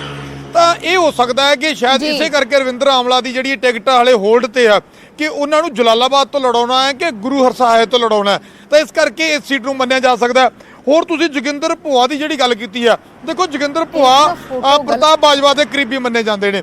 ਤਾਂ ਪ੍ਰਤਾਪ ਬਾਜਵਾ ਅਗਰ ਇਸ ਵੇਲੇ ਇਹਨਾਂ ਨੇ ਪਾਰਟੀ ਦੇ ਵਿੱਚ, ਹਾਲਾਂਕਿ ਪਹਿਲਾਂ ਜਦੋਂ ਕੈਪਟਨ ਸੱਤਾ ਦੇ ਵਿੱਚ ਸੀ ਤਾਂ ਉਦੋਂ ਬੇਸ਼ੱਕ ਉਹ ਸਾਹਮਣੇ ਖੜੇ ਨਜ਼ਰ ਆਉਂਦੇ ਸੀ, ਔਰ ਜੋਗਿੰਦਰ ਭੋਆ ਲਗਾਤਾਰ ਕੈਪਟਨ ਅਮਰਿੰਦਰ ਸਿੰਘ ਤੇ ਸਵਾਲ ਚੁੱਕਦੇ ਹੁੰਦੇ ਸੀ। ਪਰ ਉਸ ਤੋਂ ਬਾਅਦ ਚੀਜ਼ਾਂ ਬਦਲ ਗਈਆਂ। ਤਾਂ ਜੋਗਿੰਦਰ ਭੋਆ ਨੂੰ ਲੈ ਕੇ ਕਿਉਂਕਿ ਕੰਟਰੋਵਰਸੀਜ਼ ਕਾਫੀ ਰਹੀਆਂ ਨੇ, ਤਾਂ ਹੋ ਸਕਦਾ ਕੋਈ ਕਾਰਨ ਹੋਵੇ ਕਿ ਉਹਨਾਂ ਦੀ ਸੀਟ ਹੈ ਜਿਹੜੀ ਹਲੇ ਹੋਲਡ ਕੀਤੀ ਗਈ ਆ। ਇਸੇ ਤਰ੍ਹਾਂ ਅੰਗਦ ਦੀ ਜਿਸ ਤਰ੍ਹਾਂ ਤੁਸੀਂ ਗੱਲ ਕੀਤੀ ਅੰਗਦ ਸਿੰਘ ਦੀ, ਦੇਖੋ ਅੰਗਦ ਸਿੰਘ ਅਕਸਰ ਲੀਡਰ ਕਹਿ ਦਿੰਦੇ ਨੇ ਜੀ ਇਹ ਕੋਈ ਖਾਸ ਗੱਲ ਨਹੀਂ, ਜਿਸ ਤਰ੍ਹਾਂ ਬਾਜਵਾ ਭਰਾ ਨੇ ਉਹ ਕਹਿੰਦੇ ਇੱਕ ਭਰਾ ਥੱਲੇ ਰਹਿੰਦਾ ਇੱਕ ਉੱਪਰ ਰਹਿੰਦਾ, ਦੋਨੇ ਵੱਖ-ਵੱਖ ਪਾਰਟੀਆਂ 'ਚ ਹੋ ਗਏ, ਕਿਹੜੀ ਗੱਲ ਹੈ। ਪਰ ਅੰਗਦ ਸਿੰਘ ਨੂੰ ਤੁਸੀਂ ਉਹ ਭਰਾਵਾਂ ਨਾਲ ਨਹੀਂ ਤੋਲ ਸਕਦੇ। ਅੰਗਦ ਸਿੰਘ ਦੀ ਪਤਨੀ ਜਿਹੜੀ ਆ, ਦੇਖੋ ਕਾਂਗਰਸ ਵਿਧਾਇਕ ਸੀ, ਉਹ ਹੁਣ ਬੀਜੇਪੀ ਚਲੇ ਗਏ, ਤਾਂ ਇੱਕ ਘਰ ਦੇ ਵਿੱਚ ਪਤੀ ਪਤਨੀ, ਸਿੱਧਾ ਸਵਾਲ ਇਹ ਵੀ ਉੱਠਦਾ ਹੈ ਜੇ ਲੋਕ ਉਹਨਾਂ ਨੂੰ ਸਵਾਲ ਕਰਨ ਤੇ ਆ ਗਏ ਵੀ ਤੁਹਾਡੇ ਤਾਂ ਕਹਿਣੇ 'ਚ ਤੁਹਾਡੀ ਘਰ ਵਾਲੀ ਨਹੀਂ, ਤੁਹਾਡੇ ਕਹਿਤੇ ਤਾਂ ਤੁਹਾਡੀ ਘਰ ਵਾਲੀ ਤੁਹਾਡੀ ਪਾਰਟੀ 'ਚ ਨਹੀਂ ਰਹੀ ਤੇ ਤੁਸੀਂ ਸਾਨੂੰ ਆਪਣੇ ਨਾਲ ਜੋੜਨ ਨੂੰ ਕਹਿੰਦੇ ਹੋ। ਮਤਲਬ ਇਸ ਤਰ੍ਹਾਂ ਦੀਆਂ ਚੀਜ਼ਾਂ ਜਿਹੜੀਆਂ ਨੇ ਕਿਤੇ ਨਾ ਕਿਤੇ, ਕਿਉਂਕਿ ਪਤੀ ਪਤਨੀ ਦਾ ਅਗਰ ਤੁਸੀਂ ਇੱਕ ਘਰ ਦੇ ਵਿੱਚ ਦੋ ਜੀ ਜਿਹਨਾਂ ਨੂੰ ਪਰਿਵਾਰ ਦੇ ਤੌਰ ਤੇ ਵੇਖਿਆ ਜਾਂਦਾ, ਜੇ ਉਹੀ ਇੱਕ ਸੱਜੇ ਆ ਇੱਕ ਖੱਬੇ ਆ, ਤੁਸੀਂ ਦੂਜਿਆਂ ਨੂੰ ਕਿਵੇਂ ਕੰਪੈਲ ਕਰੋਗੇ ਜੇ ਤੁਸੀਂ ਆਪਦੀ ਪਾਰਟੀ ਦੀਆਂ ਨੀਤੀਆਂ ਤੋਂ ਆਪਦੀ ਪਤਨੀ ਨੂੰ ਨਹੀਂ ਕਨਵਿੰਸ ਕਰ ਪਾਏ। ਤਾਂ ਦੇਖੋ ਇਹ ਇੱਕ ਕਾਰਨ ਹੋ ਸਕਦਾ ਕਿ ਉਹਨਾਂ ਦੀ ਸੀਟ ਆ ਜਿਹੜੀ ਉਹ ਹਾਲੇ ਹੋਲਡ ਕੀਤੀ ਗਈ ਆ। ਤੇ ਇਸ ਤਰ੍ਹਾਂ ਦੇ ਕਈ ਨਾਮ ਨੇ। ਸਤਕਾਰ ਕੌਰ ਦੀ ਗੱਲ ਕਰ ਲੈਂਦੇ ਆ, ਫਿਰੋਜ਼ਪੁਰ ਦਿਹਾਤੀ ਤੋਂ। ਸਤਕਾਰ ਕੌਰ ਨੂੰ ਲੈ ਕੇ ਕਿਤੇ ਨਾ ਕਿਤੇ ਛਛੋਪੰਜ ਅਜੇ ਬਣੀ ਹੋਈ ਆ। ਸਤਕਾਰ ਕੌਰ ਨੂੰ ਲੈ ਕੇ, ਉਹਨਾਂ ਦੇ ਕਾਰਗੁਜ਼ਾਰੀ ਨੂੰ ਲੈ ਕੇ ਕਈ ਵਾਰ ਸਵਾਲ ਉੱਠਦੇ ਰਹੇ ਨੇ, ਤਾਂ ਹੋ ਸਕਦਾ ਉਹਨਾਂ ਦੀ ਸੀਟ ਵੀ ਜਿਹੜੀ ਹਾਲੇ ਹੋਲਡ ਕੀਤੀ ਗਈ। ਹਾਲਾਂਕਿ ਹੋਲਡ ਕਰਨ ਦਾ ਮਤਲਬ ਇਹ ਨਹੀਂ ਕਿਹਾ ਜਾ ਸਕਦਾ ਕਿ ਉਹਨਾਂ ਦੀਆਂ ਟਿਕਟਾਂ ਕੱਟੀਆਂ ਜਾ ਸਕਦੀਆਂ ਨੇ। ਹਾਂ, ਹੋਲਡ ਦਾ ਮਤਲਬ ਇਹ ਹੋ ਸਕਦਾ ਕਿ ਕੱਟੀ ਵੀ ਜਾ ਸਕਦੀ ਹੈ ਤੇ ਉੱਥੇ ਨਵਾਂ ਉਮੀਦਵਾਰ ਵੀ ਉਤਾਰਿਆ ਜਾ ਸਕਦਾ, ਤੇ ਜੇ ਮਾਹੌਲ ਠੀਕ ਬੈਠਦਾ ਤਾਂ 2-4 ਮੀਟਿੰਗਾਂ ਦੇ ਵਿੱਚ ਫਾਈਨਲ ਕਰਕੇ ਟਿਕਟ ਦਿੱਤੀ ਵੀ ਜਾ ਸਕਦੀ ਹੈ। ਪਰ ਕਿਤੇ ਨਾ ਕਿਤੇ ਡਾਇਸੀ ਨੇ ਕੋਈ ਸੀਟਾਂ, ਹਾਲਾਂਕਿ 12 ਦੀਆਂ 12 ਨੂੰ ਇੱਕ ਨਜ਼ਰ 'ਚ ਨਹੀਂ ਦੇਖਿਆ ਜਾ ਸਕਦਾ, ਪਰ ਇਹਨਾਂ ਦੇ ਵਿੱਚੋਂ 4-5 ਸੀਟਾਂ ਜਿਹੜੀਆਂ ਐਸੀਆਂ ਨੇ ਟਿਕਟਾਂ ਜਿਨ੍ਹਾਂ ਨੂੰ ਇਹ ਮੰਨਿਆ ਜਾ ਸਕਦਾ ਕਿ ਸਥਿਤੀ ਡਾਮਾਡੋਲ ਹੈ।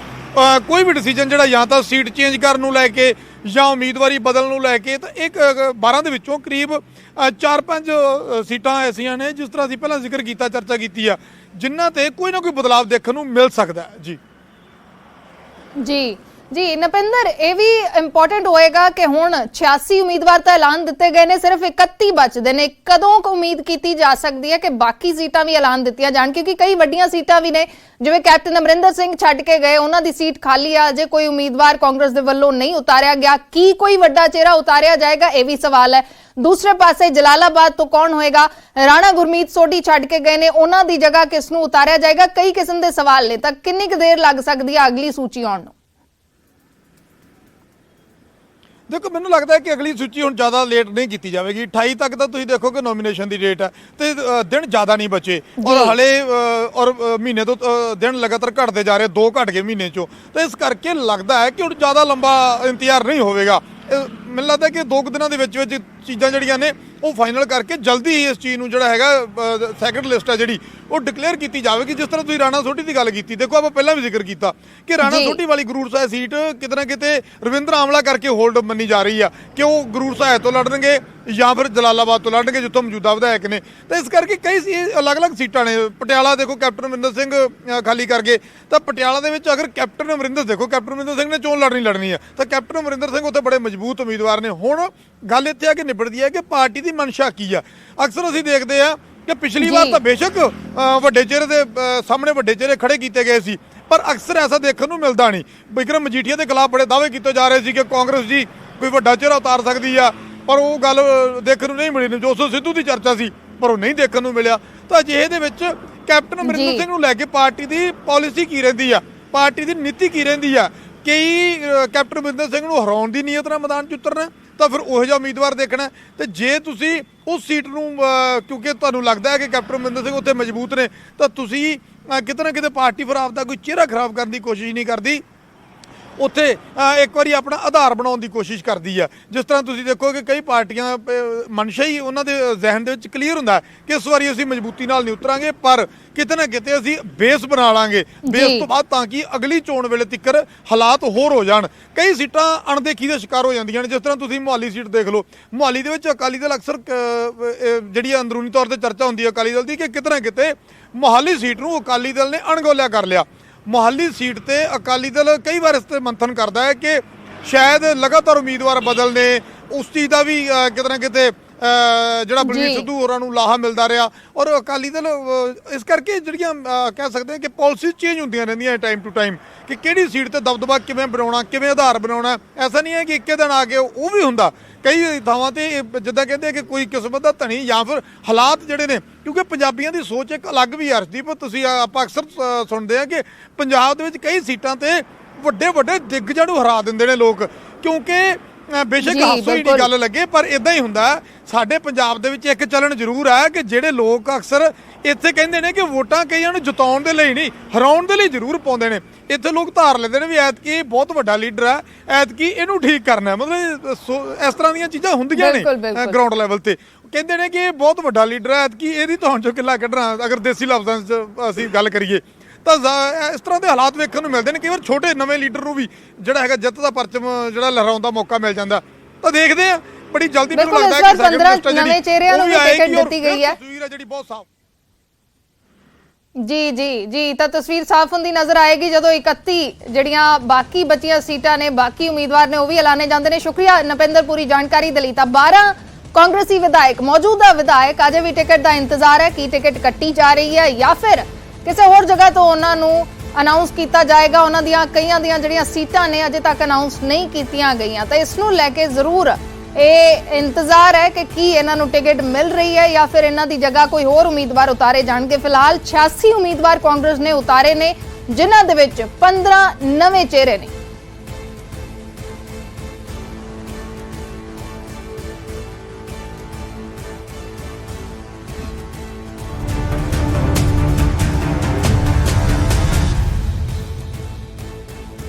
ਤਾਂ ਕਾਂਗਰਸ ਨੇ 86 ਉਮੀਦਵਾਰ ਐਲਾਨ ਦਿੱਤੇ ਨੇ। ਪਹਿਲੀ ਲਿਸਟ ਦੇ ਵਿੱਚ ਕਾਂਗਰਸ ਨੇ ਜਿਹੜੇ ਵੱਡੇ ਚਿਹਰਿਆਂ ਨੂੰ ਟਿਕਟ ਦਿੱਤੀ ਹੈ, ਉਹਨਾਂ ਦੇ ਵਿੱਚ 20 ਅਜਿਹੇ ਉਮੀਦਵਾਰ ਨੇ ਜਿਨ੍ਹਾਂ ਦਾ 2022 ਦੇ ਸਿਆਸੀ ਅਖਾੜੇ ਦੇ ਵਿੱਚ ਗਹਿ-ਗੱਚ ਮੁਕਾਬਲਾ ਵੇਖਣ ਨੂੰ ਮਿਲੇਗਾ। ਕਈ ਸੀਟਾਂ ਤੇ ਅਕਾਲੀ ਦਲ ਨਾਲ ਸਿੱਧਾ ਮੁਕਾਬਲਾ ਹੈ ਤਾਂ ਕਈਆਂ ਤੇ ਬੀਜੇਪੀ ਤੇ ਆਮ ਆਦਮੀ ਪਾਰਟੀ ਦੇ ਨਾਲ ਟੱਕਰ ਹੈ।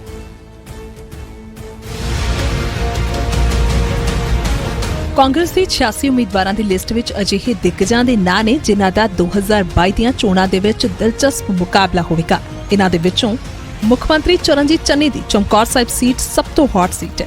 ਇੱਥੋਂ ਸੀਐਮ ਚੰਨੀ ਨੂੰ ਅਕਾਲੀ ਬੀਐਸਪੀ ਗੱਠਜੋੜ ਦਾ ਉਮੀਦਵਾਰ ਚੁਣੌਤੀ ਦੇਵੇਗਾ, ਜਦਕਿ ਆਪ ਦੇ ਉਮੀਦਵਾਰ ਡਾਕਟਰ ਚਰਨਜੀਤ ਸਿੰਘ ਚੁਣੌਤੀ ਦੇਣਗੇ। ਉਧਰ ਨਵਜੋਤ ਸਿੱਧੂ ਦੀ ਹੌਟ ਸੀਟ ਤੇ ਅਕਾਲੀ ਦਲ ਨੇ ਉਮੀਦਵਾਰ ਦਾ ਐਲਾਨ ਨਹੀਂ ਕੀਤਾ, ਜਦਕਿ ਆਪ ਦੇ ਵੱਲੋਂ ਜੀਵਨਜੋਤ ਕੌਰ ਉਮੀਦਵਾਰ ਨੇ।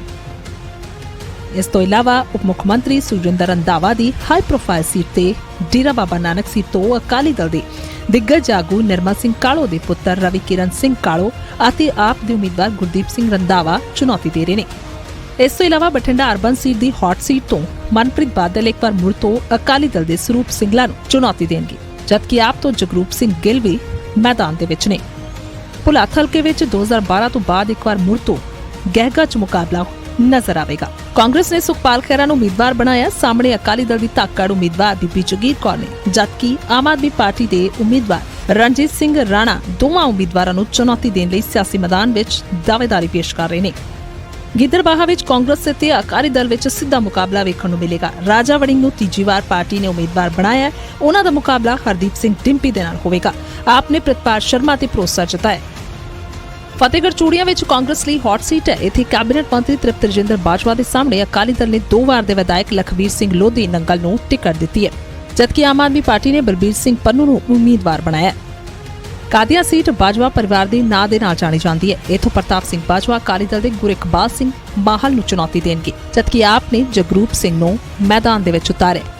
ਪਰ ਜੇਕਰ ਬੀਜੇਪੀ ਇੱਥੋਂ ਫਤਿਹ ਜੰਗ ਬਾਜਵਾ ਨੂੰ ਉਮੀਦਵਾਰ ਬਣਾਉਂਦੀ ਹੈ ਤਾਂ ਮੁਕਾਬਲਾ ਦਿਲਚਸਪ ਹੋਵੇਗਾ। ਮੋਹਾਲੀ ਤੋਂ ਕਾਂਗਰਸ ਨੇ ਬਲਬੀਰ ਸਿੱਧੂ ਨੂੰ ਚੌਥੀ ਵਾਰ ਉਮੀਦਵਾਰ ਬਣਾਇਆ, ਜਦਕਿ ਅਕਾਲੀ ਦਲ ਨੇ ਪਰਵਿੰਦਰ ਸਿੰਘ ਸੋਹਾਣਾ ਨੂੰ ਟਿਕਟ ਦਿੱਤੀ ਹੈ। ਸੰਗਰੂਰ ਤੋਂ ਕੈਬਨਿਟ ਮੰਤਰੀ ਵਿਜੇਂਦਰ ਸਿੰਘਲਾ ਦੂਜੀ ਵਾਰ ਦਾਅਵੇਦਾਰੀ ਪੇਸ਼ ਕਰ ਰਹੇ ਨੇ। ਇੱਥੇ ਮੁਕਾਬਲਾ ਤਿਕੋਣੀ ਵਾਲਾ ਹੈ। ਆਪ ਦੀ ਉਮੀਦਵਾਰ ਨਰਿੰਦਰ ਕੌਰ ਬਰਾਜ ਅਤੇ ਵਿਨਰਜੀਤ ਗੋਲਡੀ ਦੋਵੇਂ ਸਿੰਘਲਾ ਨੂੰ ਟੱਕਰ ਦੇ ਰਹੇ ਨੇ। ਅੰਮ੍ਰਿਤਸਰ ਵੈਸਟ ਤੋਂ ਕੈਬਨਿਟ ਮੰਤਰੀ ਰਾਜਕੁਮਾਰ ਵੇਰਕਾ ਦੇ ਮੁਕਾਬਲੇ ਦੇ ਵਿੱਚ ਅਕਾਲੀ ਦਲ ਤੋਂ ਦਲਬੀਰ ਸਿੰਘ ਵੇਰਕਾ ਅਤੇ ਆਪ ਤੋਂ ਜਸਪੀਰ ਸਿੰਘ ਨੇ। ਗਲੇ ਦੀ ਹੱਡੀ ਬਣ ਚੁੱਕੀ ਮਾਨਸਾ ਸੀਟ ਤੇ ਕਾਂਗਰਸ ਨੇ ਸਾਰੇ ਵਿਰੋਧਾਂ ਦੇ ਬਾਵਜੂਦ ਸਿੱਧੂ ਮੂਸੇਵਾਲਾ ਨੂੰ ਟਿਕਟ ਦਿੱਤੀ। ਉਹਨਾਂ ਸਾਹਮਣੇ ਅਕਾਲੀ ਦਲ ਦੇ ਪ੍ਰੇਮ ਕੁਮਾਰ ਅਰੋੜਾ ਅਤੇ ਆਪ ਤੋਂ ਵਿਜੇ ਸਿੰਘਲਾ ਉਮੀਦਵਾਰ ਨੇ। ਮੋਗਾ ਤੋਂ ਕਾਂਗਰਸ ਨੇ ਮਾਲਵਿਕਾ ਸੂਦ ਨੂੰ ਉਮੀਦਵਾਰ ਬਣਾਇਆ, ਜਦਕਿ ਅਕਾਲੀ ਦਲ ਦਿੱਗਜ ਤੋਤਾ ਸਿੰਘ ਦੇ ਪੁੱਤਰ ਬਰਜਿੰਦਰ ਸਿੰਘ ਮੱਖਣ ਬਰਾੜ ਨੂੰ ਉਹਨਾਂ ਨੂੰ ਚੁਣੌਤੀ ਦੇਣਗੇ, ਜਦਕਿ ਆਪ ਦੇ ਵੱਲੋਂ ਅਮਨਦੀਪ ਕੌਰ ਅਰੋੜਾ ਦੋਵੇਂ ਆਗੂਆਂ ਨੂੰ ਚੁਣੌਤੀ ਦੇਣਗੇ। ਸੁਲਤਾਨਪੁਰ ਲੋਧੀ ਵਿੱਚ ਵੀ ਦਿਲਚਸਪ ਮੁਕਾਬਲਾ ਹੋਵੇਗਾ। ਨਵਤੇਜ ਸਿੰਘ ਚੀਮਾ ਤੀਜੀ ਵਾਰ ਮੈਦਾਨ ਦੇ ਵਿੱਚ ਨੇ। ਉਹਨਾਂ ਨੂੰ ਕਾਂਗਰਸ ਤੋਂ ਅਕਾਲੀ ਦਲ ਦੇ ਵਿੱਚ ਗਏ ਕੈਪਟਨ ਹਰਮਿੰਦਰ ਸਿੰਘ ਚੁਣੌਤੀ ਦੇ ਰਹੇ ਨੇ, ਜਦਕਿ ਆਪ ਦੇ ਸੱਜਣ ਸਿੰਘ ਚੀਮਾ ਵੀ ਸਿਆਸੀ ਲੜਾਈ ਨੂੰ ਤਿਕੋਣਾ ਬਣਾ ਰਹੇ ਨੇ। ਨਾਭਾ ਤੋਂ ਸਾਬਕਾ ਕੈਬਨਿਟ ਮੰਤਰੀ ਸਾਧੂ ਸਿੰਘ ਧਰਮਸੋਤ ਨੂੰ ਅਕਾਲੀ ਦਲ ਦੇ ਕਬੀਰ ਦਾਸ ਅਤੇ ਆਪ ਦੇ ਗੁਰਦੇਵ ਸਿੰਘ ਦੇਵਮਾਨ ਚੁਣੌਤੀ ਦੇ ਰਹੇ ਨੇ। ਮਜੀਠਾ ਹਲਕੇ ਤੋਂ ਅਕਾਲੀ ਦਲ ਦੇ ਧਾਕੜ ਆਗੂ ਵਿਕਰਮ ਸਿੰਘ ਮਜੀਠੀਆ ਦੇ ਸਾਹਮਣੇ ਕਾਂਗਰਸ ਨੇ ਜਗਵਿੰਦਰਪਾਲ ਸਿੰਘ ਜੱਗਾ ਮਜੀਠੀਆ ਨੂੰ ਉਮੀਦਵਾਰ ਬਣਾਇਆ। ਆਪ ਦੇ ਵੱਲੋਂ ਲਾਲੀ ਮਜੀਠੀਆ ਇੱਕ ਵਾਰ ਮੁੜ ਚੋਣ ਮੈਦਾਨ ਦੇ ਵਿੱਚ ਨੇ। ਘਨੌਰ ਤੋਂ ਕਾਂਗਰਸ ਦੇ ਮਦਨ ਲਾਲ ਜਲਾਲਪੁਰ ਨੂੰ ਇਸ ਵਾਰ ਅਕਾਲੀ ਦਲ ਦੇ ਪ੍ਰੇਮ ਸਿੰਘ ਚੰਦੂਮਾਜਰਾ ਕਰੜੀ ਚੁਣੌਤੀ ਦੇਣਗੇ, ਜਦਕਿ ਆਪ ਦੇ ਵੱਲੋਂ ਗੁਰਲਾਲ ਘਨੌਰ ਵੀ ਮੈਦਾਨ ਦੇ ਵਿੱਚ ਨੇ।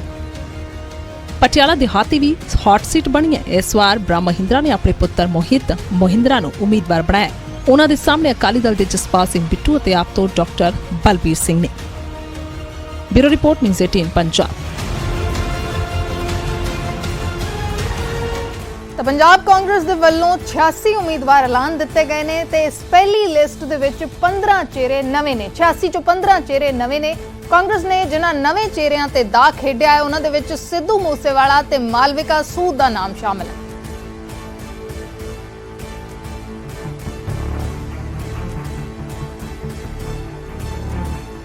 ਪੰਜਾਬ ਕਾਂਗਰਸ ਵੱਲੋਂ 86 ਉਮੀਦਵਾਰਾਂ ਦੀ ਪਹਿਲੀ ਸੂਚੀ ਜਾਰੀ ਕਰ ਦਿੱਤੀ ਗਈ ਹੈ, ਜਿਸ ਵਿੱਚ ਕਈ ਹੈਰਾਨ ਕਰ ਦੇਣ ਵਾਲੇ ਚਿਹਰੇ ਸਾਹਮਣੇ ਆਏ ਨੇ।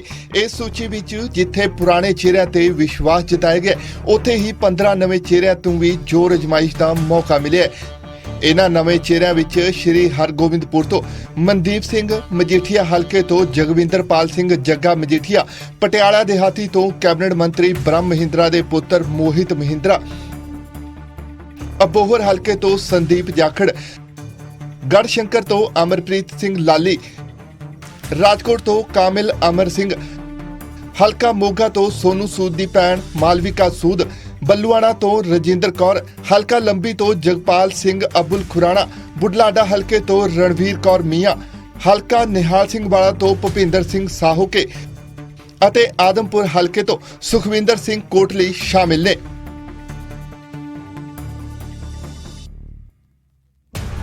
ਕਾਂਗਰਸ ਨੇ ਪਾਰਟੀ ਬਦਲ ਕੇ ਆਏ 2 ਵਿਧਾਇਕਾਂ ਨੂੰ ਵੀ ਟਿਕਟ ਨਾਲ ਨਿਵਾਜਿਆ ਹੈ। ਦੋਵੇਂ ਵਿਧਾਇਕ ਆਪ ਤੋਂ ਆਏ ਨੇ ਅਤੇ ਕਾਂਗਰਸ ਦੀ ਟਿਕਟ ਤੇ ਚੋਣ ਲੜਨਗੇ। ਇਹਨਾਂ ਵਿੱਚ ਸਭ ਤੋਂ ਅਹਿਮ ਸੁਖਪਾਲ ਸਿੰਘ ਖਹਿਰਾ ਭੁਲੱਥ ਹਲਕੇ ਤੋਂ ਚੋਣ ਲੜਨਗੇ, ਜਦਕਿ ਰੁਪਿੰਦਰ ਕੌਰ ਰੂਬੀ ਨੂੰ ਇਸ ਵਾਰ ਮਲੋਟ ਤੋਂ ਟਿਕਟ ਦਿੱਤੀ ਗਈ ਹੈ। ਇਸ ਤੋਂ ਇਲਾਵਾ ਇਸ ਵਾਰ ਚੋਣ ਲੜਨ ਵਾਲਿਆਂ ਵਿੱਚ ਇੱਕ ਵੱਡਾ ਗਾਇਕ ਵੀ ਸ਼ਾਮਿਲ ਹੋ ਗਿਆ। ਕਾਂਗਰਸ ਨੇ तमाम ਅਟਕਲਾਂ ਦੇ ਬਾਵਜੂਦ ਮਾਨਸਾ ਤੋਂ ਪੰਜਾਬੀ ਗਾਇਕ ਸਿੱਧੂ ਮੂਸੇਵਾਲਾ ਨੂੰ ਟਿਕਟ ਦਿੱਤੀ ਹੈ।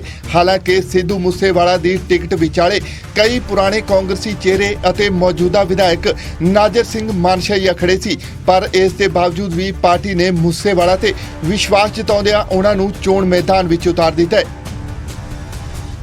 ਹੁਣ ਭਾਵੇਂ ਕਾਂਗਰਸ ਨੇ 15 ਨਵੇਂ ਚਿਹਰਿਆਂ ਤੇ ਦਾਅਵ ਖੇਡਿਆ, ਪਰ ਇਹ ਨਵੇਂ ਚਿਹਰੇ ਲੋਕਾਂ ਨੂੰ ਕਿੰਨੇ ਪਸੰਦ ਆਉਂਦੇ ਨੇ ਅਤੇ ਵੋਟਾਂ ਵਿੱਚ ਕਿੰਨੇ ਕਾਮਯਾਬ ਹੁੰਦੇ ਨੇ, ਇਹ ਤਾਂ ਚੋਣ ਨਤੀਜੇ ਹੀ ਤੈਅ ਕਰਨਗੇ। Bureau report news 18 Punjab.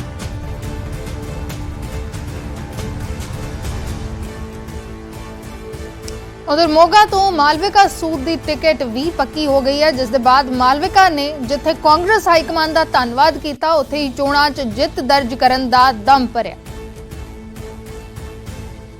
Malvika राजनीति दे विच नवे कदम रखिया, राजनीति नूं किस तरह फेस करनगे और आने वाली रणनीति की है, मालविका की गल करांगे।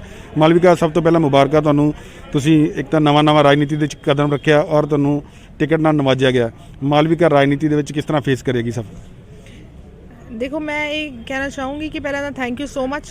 राजनीति नूं मैं राजनीति की तरह नहीं, मैं सेवा नीति लैके चलूँगी और मैं कहूँगी जिन्ने भी लोग हैगे मोगा दे वो भी यही उन्होंने विश्वास की किरण जगी है कि इहो जे सेवा नीति वाले लोग जब राजनीति जावांगे तो जब सारे कहते हैं कि politics is a dirty game, वो जो लाइन हैगी वो चेंज हो जाऊगी कि पॉलिटिक्स बहुत अच्छी है क्योंकि इतने सेवा नीति वाले बंदे हैं। बड़ियां अटकलां लगाईਆਂ जा रਹੀਆਂ ਸੀਗੀਆਂ कि हो सकता है मालविका ਨੂੰ सीट ना मिले।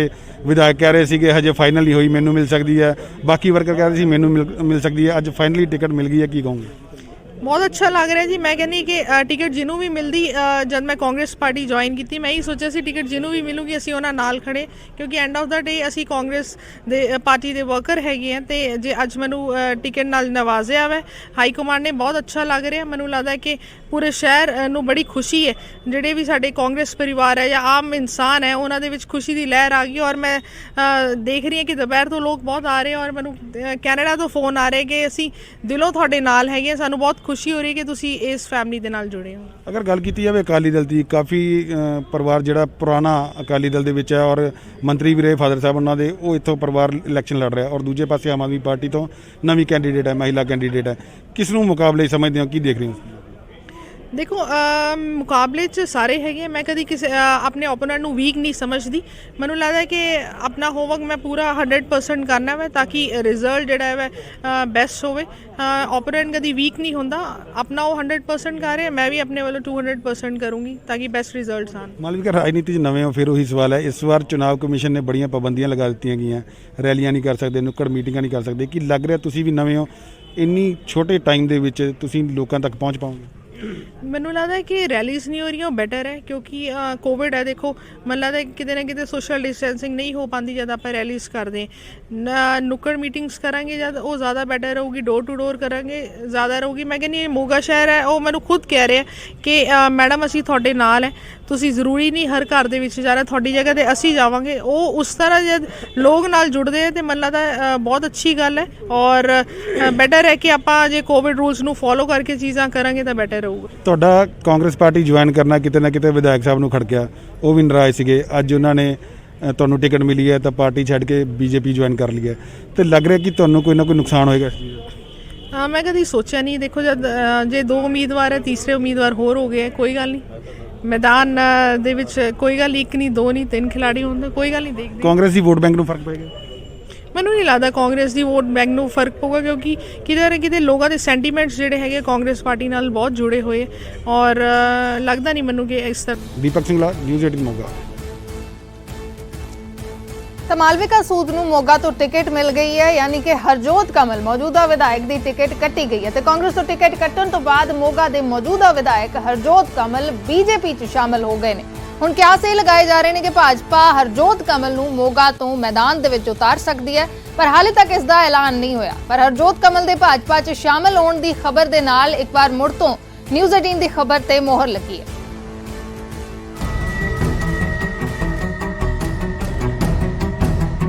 ਆਖਿਰ ਉਹੀ ਹੋਇਆ ਜਿਸ ਦੀ ਉਮੀਦ ਸੀ। ਮੋਗਾ ਤੋਂ ਮੌਜੂਦਾ ਵਿਧਾਇਕ ਹਰਜੋਤ ਕਮਲ ਨੇ ਕਾਂਗਰਸ ਛੱਡ ਦਿੱਤੀ ਤੇ ਬੀਜੇਪੀ ਦੇ ਵਿੱਚ ਸ਼ਾਮਲ ਹੋ ਗਏ। ਸੰਭਾਵਨਾ ਸੀ ਕਿ ਉਹ ਬੀਜੇਪੀ ਗਠਬੰਧਨ ਤੋਂ ਮੋਗਾ ਵਿਧਾਨ ਸਭਾ ਹਲਕੇ ਤੋਂ ਚੋਣ ਲੜਨਗੇ, ਸੋਨੂ ਸੂਦ ਦੀ ਭੈਣ ਮਾਲਵਿਕਾ ਸੂਦ ਨੂੰ ਟੱਕਰ ਦੇਣਗੇ। ਹਰਜੋਤ ਕਮਲ ਦੀ ਬੀਜੇਪੀ ਦੇ ਵਿੱਚ ਜੁਆਇਨਿੰਗ ਤੋਂ ਕੁਝ ਘੰਟੇ ਪਹਿਲਾਂ ਹੀ ਕਾਂਗਰਸ ਨੇ ਆਪਣੇ 86 ਉਮੀਦਵਾਰਾਂ ਦੀ ਪਹਿਲੀ ਸੂਚੀ ਜਾਰੀ ਕੀਤੀ। ਇਸ ਵਿੱਚ ਮੋਗਾ ਤੋਂ ਹਰਜੋਤ ਕਮਲ ਦਾ ਟਿਕਟ ਕੱਟ ਦਿੱਤਾ ਗਿਆ ਅਤੇ ਮਾਲਵਿਕਾ ਸੂਦ ਨੂੰ ਕਾਂਗਰਸ ਦੀ ਟਿਕਟ ਦਿੱਤੀ ਗਈ। ਜ਼ਿੰਦਗੀ ਦੀ ਨਵੀਂ ਪਾਰੀ ਸ਼ੁਰੂ ਕੀਤੀ ਹੈ ਔਰ ਮੇਰੇ 21 ਸਾਲ ਮੈਂ ਯੂਥ ਕਾਂਗਰਸ ਤੋਂ ਲੈ ਕੇ ਉਸ ਪਾਰਟੀ 'ਚ ਕੰਮ ਕੀਤਾ। ਸੋ ਇਸ ਪਰਮਾਤਮਾ ਦੀ ਵੀ ਦੇਣ ਹੈ ਔਰ ਮੈਂ ਸਭ ਤੋਂ ਵੱਧ ਸ਼ੁਕਰਗੁਜ਼ਾਰ ਹਾਂ ਮੇਰੇ ਮੋਗਾ ਦੇ ਜਿਹੜੇ ਮੇਰੇ ਸਾਥੀ ਨੇ।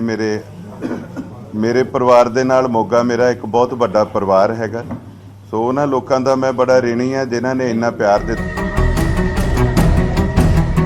ਮਾਲਵਿਕਾ ਸੂਦ ਨੇ 5 ਦਿਨ ਪਹਿਲਾਂ ਮੁੱਖ ਮੰਤਰੀ ਚਰਨਜੀਤ ਸਿੰਘ ਚੰਨੀ ਅਤੇ ਪੰਜਾਬ ਕਾਂਗਰਸ ਪ੍ਰਧਾਨ ਨਵਜੋਤ ਸਿੰਘ ਸਿੱਧੂ ਦੀ ਮੌਜੂਦਗੀ ਦੇ ਵਿੱਚ ਕਾਂਗਰਸ ਜੁਆਇਨ ਕੀਤੀ ਸੀ।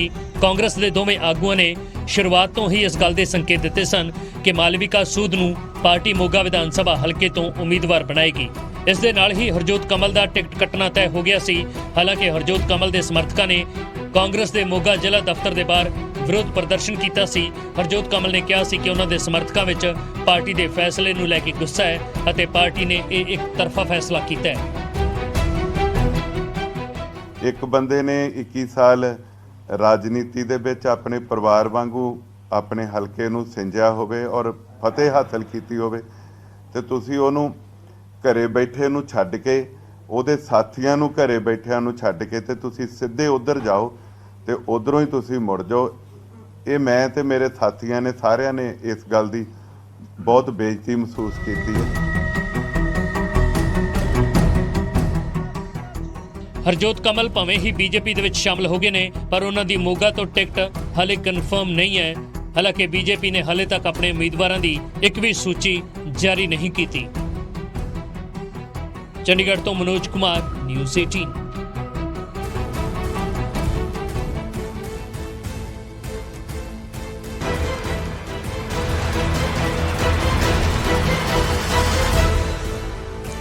ਉਧਰ ਦੇਸ਼ 'ਚ ਵੱਧ ਰਹੇ ਕੋਰੋਨਾ ਵਾਇਰਸ ਦੇ ਮਾਮਲਿਆਂ ਦੇ ਵਿਚਾਲੇ ਚੋਣ ਕਮਿਸ਼ਨ ਨੇ ਰੋਡ ਸ਼ੋਅ ਰੈਲੀਆਂ ਤੇ ਲਾਈ ਪਾਬੰਦੀ 22 ਜਨਵਰੀ ਤੱਕ ਵਧਾ ਦਿੱਤੀ ਹੈ। ਪੰਜਾਬ ਸਮੇਤ 5 ਸੂਬਿਆਂ 'ਚ ਵਿਧਾਨ ਸਭਾ ਚੋਣਾਂ ਦੇ ਚੱਲਦਿਆਂ ਚੋਣ ਕਮਿਸ਼ਨ ਨੇ ਇਹ ਫੈਸਲਾ ਲਿਆ ਹੈ, ਪਰ ਸਿਆਸੀ ਪਾਰਟੀਆਂ ਨੂੰ ਇਸ ਵਾਰ ਥੋੜੀ ਢਿੱਲ ਜ਼ਰੂਰ ਦੇ ਦਿੱਤੀ ਗਈ ਹੈ।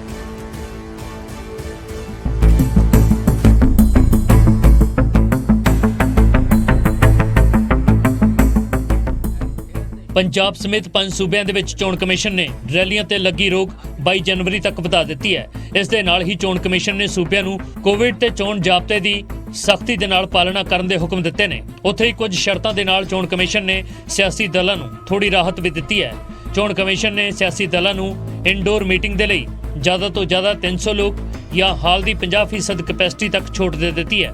ਹਾਲਾਂਕਿ ਚੋਣ ਕਮਿਸ਼ਨ ਨੇ ਸਿਆਸੀ ਦਲਾਂ ਨੂੰ ਹਦਾਇਤ ਕੀਤੀ ਹੈ ਕਿ ਕੋਵਿਡ ਪ੍ਰੋਟੋਕਾਲ ਦਾ ਇਨ੍ਹਾਂ ਮੀਟਿੰਗਾਂ ਦੇ ਦੌਰਾਨ ਸਖਤੀ ਦੇ ਨਾਲ ਪਾਲਣ ਹੋਣਾ ਚਾਹੀਦਾ ਹੈ। ਚੋਣ ਜ਼ਾਬਤੇ ਦਾ ਉਲੰਘਣ ਨਹੀਂ ਹੋਣਾ ਚਾਹੀਦਾ।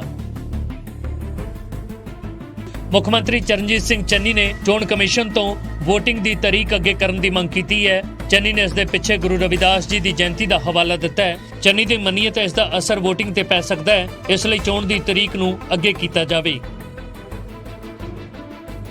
ਕਾਬਿਲੇ ਗੌਰ ਹੈ ਕਿ 8 ਜਨਵਰੀ ਨੂੰ ਚੋਣ ਕਮਿਸ਼ਨ ਨੇ ਪੰਜਾਬ ਦੇ ਸਮੇਤ 5 ਸੂਬਿਆਂ ਦੇ ਲਈ ਵਿਧਾਨ ਸਭਾ ਚੋਣਾਂ ਦਾ ਪ੍ਰੋਗਰਾਮ ਜਾਰੀ ਕੀਤਾ ਸੀ।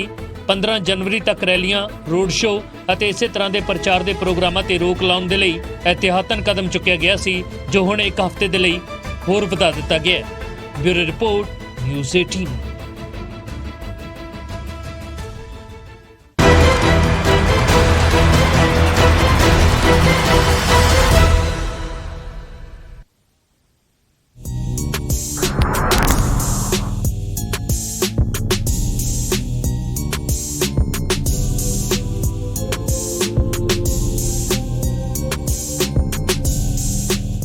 Barbella Grand, Chandigarh and Mohali's most premium residential project.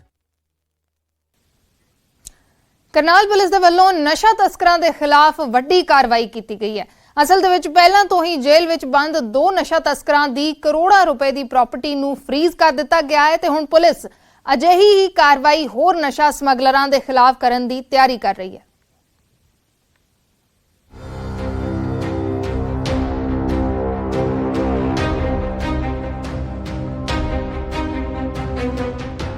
Karnal ਵਿੱਚ 2 ਨਸ਼ਾ ਤਸਕਰਾਂ ਦੀ 7.72 ਕਰੋੜ ਦੀ ਜਾਇਦਾਦ ਨੂੰ ਫ੍ਰੀਜ਼ ਕੀਤਾ ਗਿਆ ਹੈ।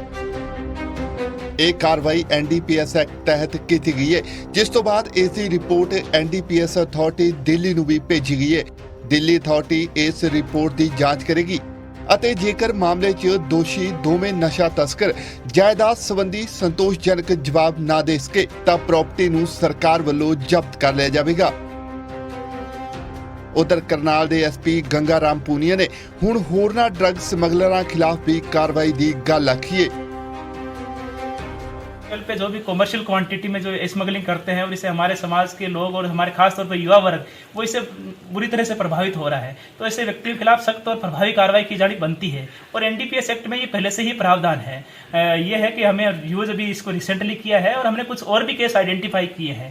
तो मेरा सभी लोगों से अनुरोध भी है कि यदि आपके आसपास में कोई ऐसा व्यक्ति है जो लार्ज स्केल पे स्मगलिंग करता है, पहले पकड़ा भी गया है और उसने काफी सारी प्रॉपर्टीज बना रखी है और वो ऐसा कोई काम धंधा भी नहीं करता जिससे वो इस प्रकार की प्रॉपर्टी बना सके, तो इस बारे में हमें सूचना जरूर दे। हम ये सुनिश्चित करेंगे कि उस व्यक्ति के खिलाफ प्रभावी। रामनगर और सदर बाजार ये निश्चित तौर पे यहाँ पर सूचनाएं मिलती रहती है और कुछ व्यक्ति वहाँ पर पकड़े भी जाते हैं, तो उनके खिलाफ इस प्रकार की जो कार्रवाई की गई है प्रॉपर्टी फ्रीज करके उसके बाद में उसको जब्त करवाने वाली कार्रवाई वो हम शीघ्र ही शुरू करेंगे। प्रॉपर्टी फ्रीज के पहले मामले विच नशा तस्करी च सजा कट रहे साहिब सिंह दी 4.90 करोड़ की जायदाद, जबकि दूजे दोषी सुरिंदर सिंह दी 2.72 करोड़ की जायदाद नूं फ्रीज किया गया। दोषी साहिब सिंह अते सुरिंदर सिंह अफीम चूरा पोस्ट की तस्करी सने कई मामलों में जेल च बंद रहे। इस दे नाल ही साहिब सिंह दा पुत्र गुरजंट सिंह भी नशा तस्करी के दोषियों हेठ ही जेल दीआं सलाखां पिछे बंद है। करनाल तो हिमांशु नारंग की रिपोर्ट, न्यूज़ 18 पंजाब।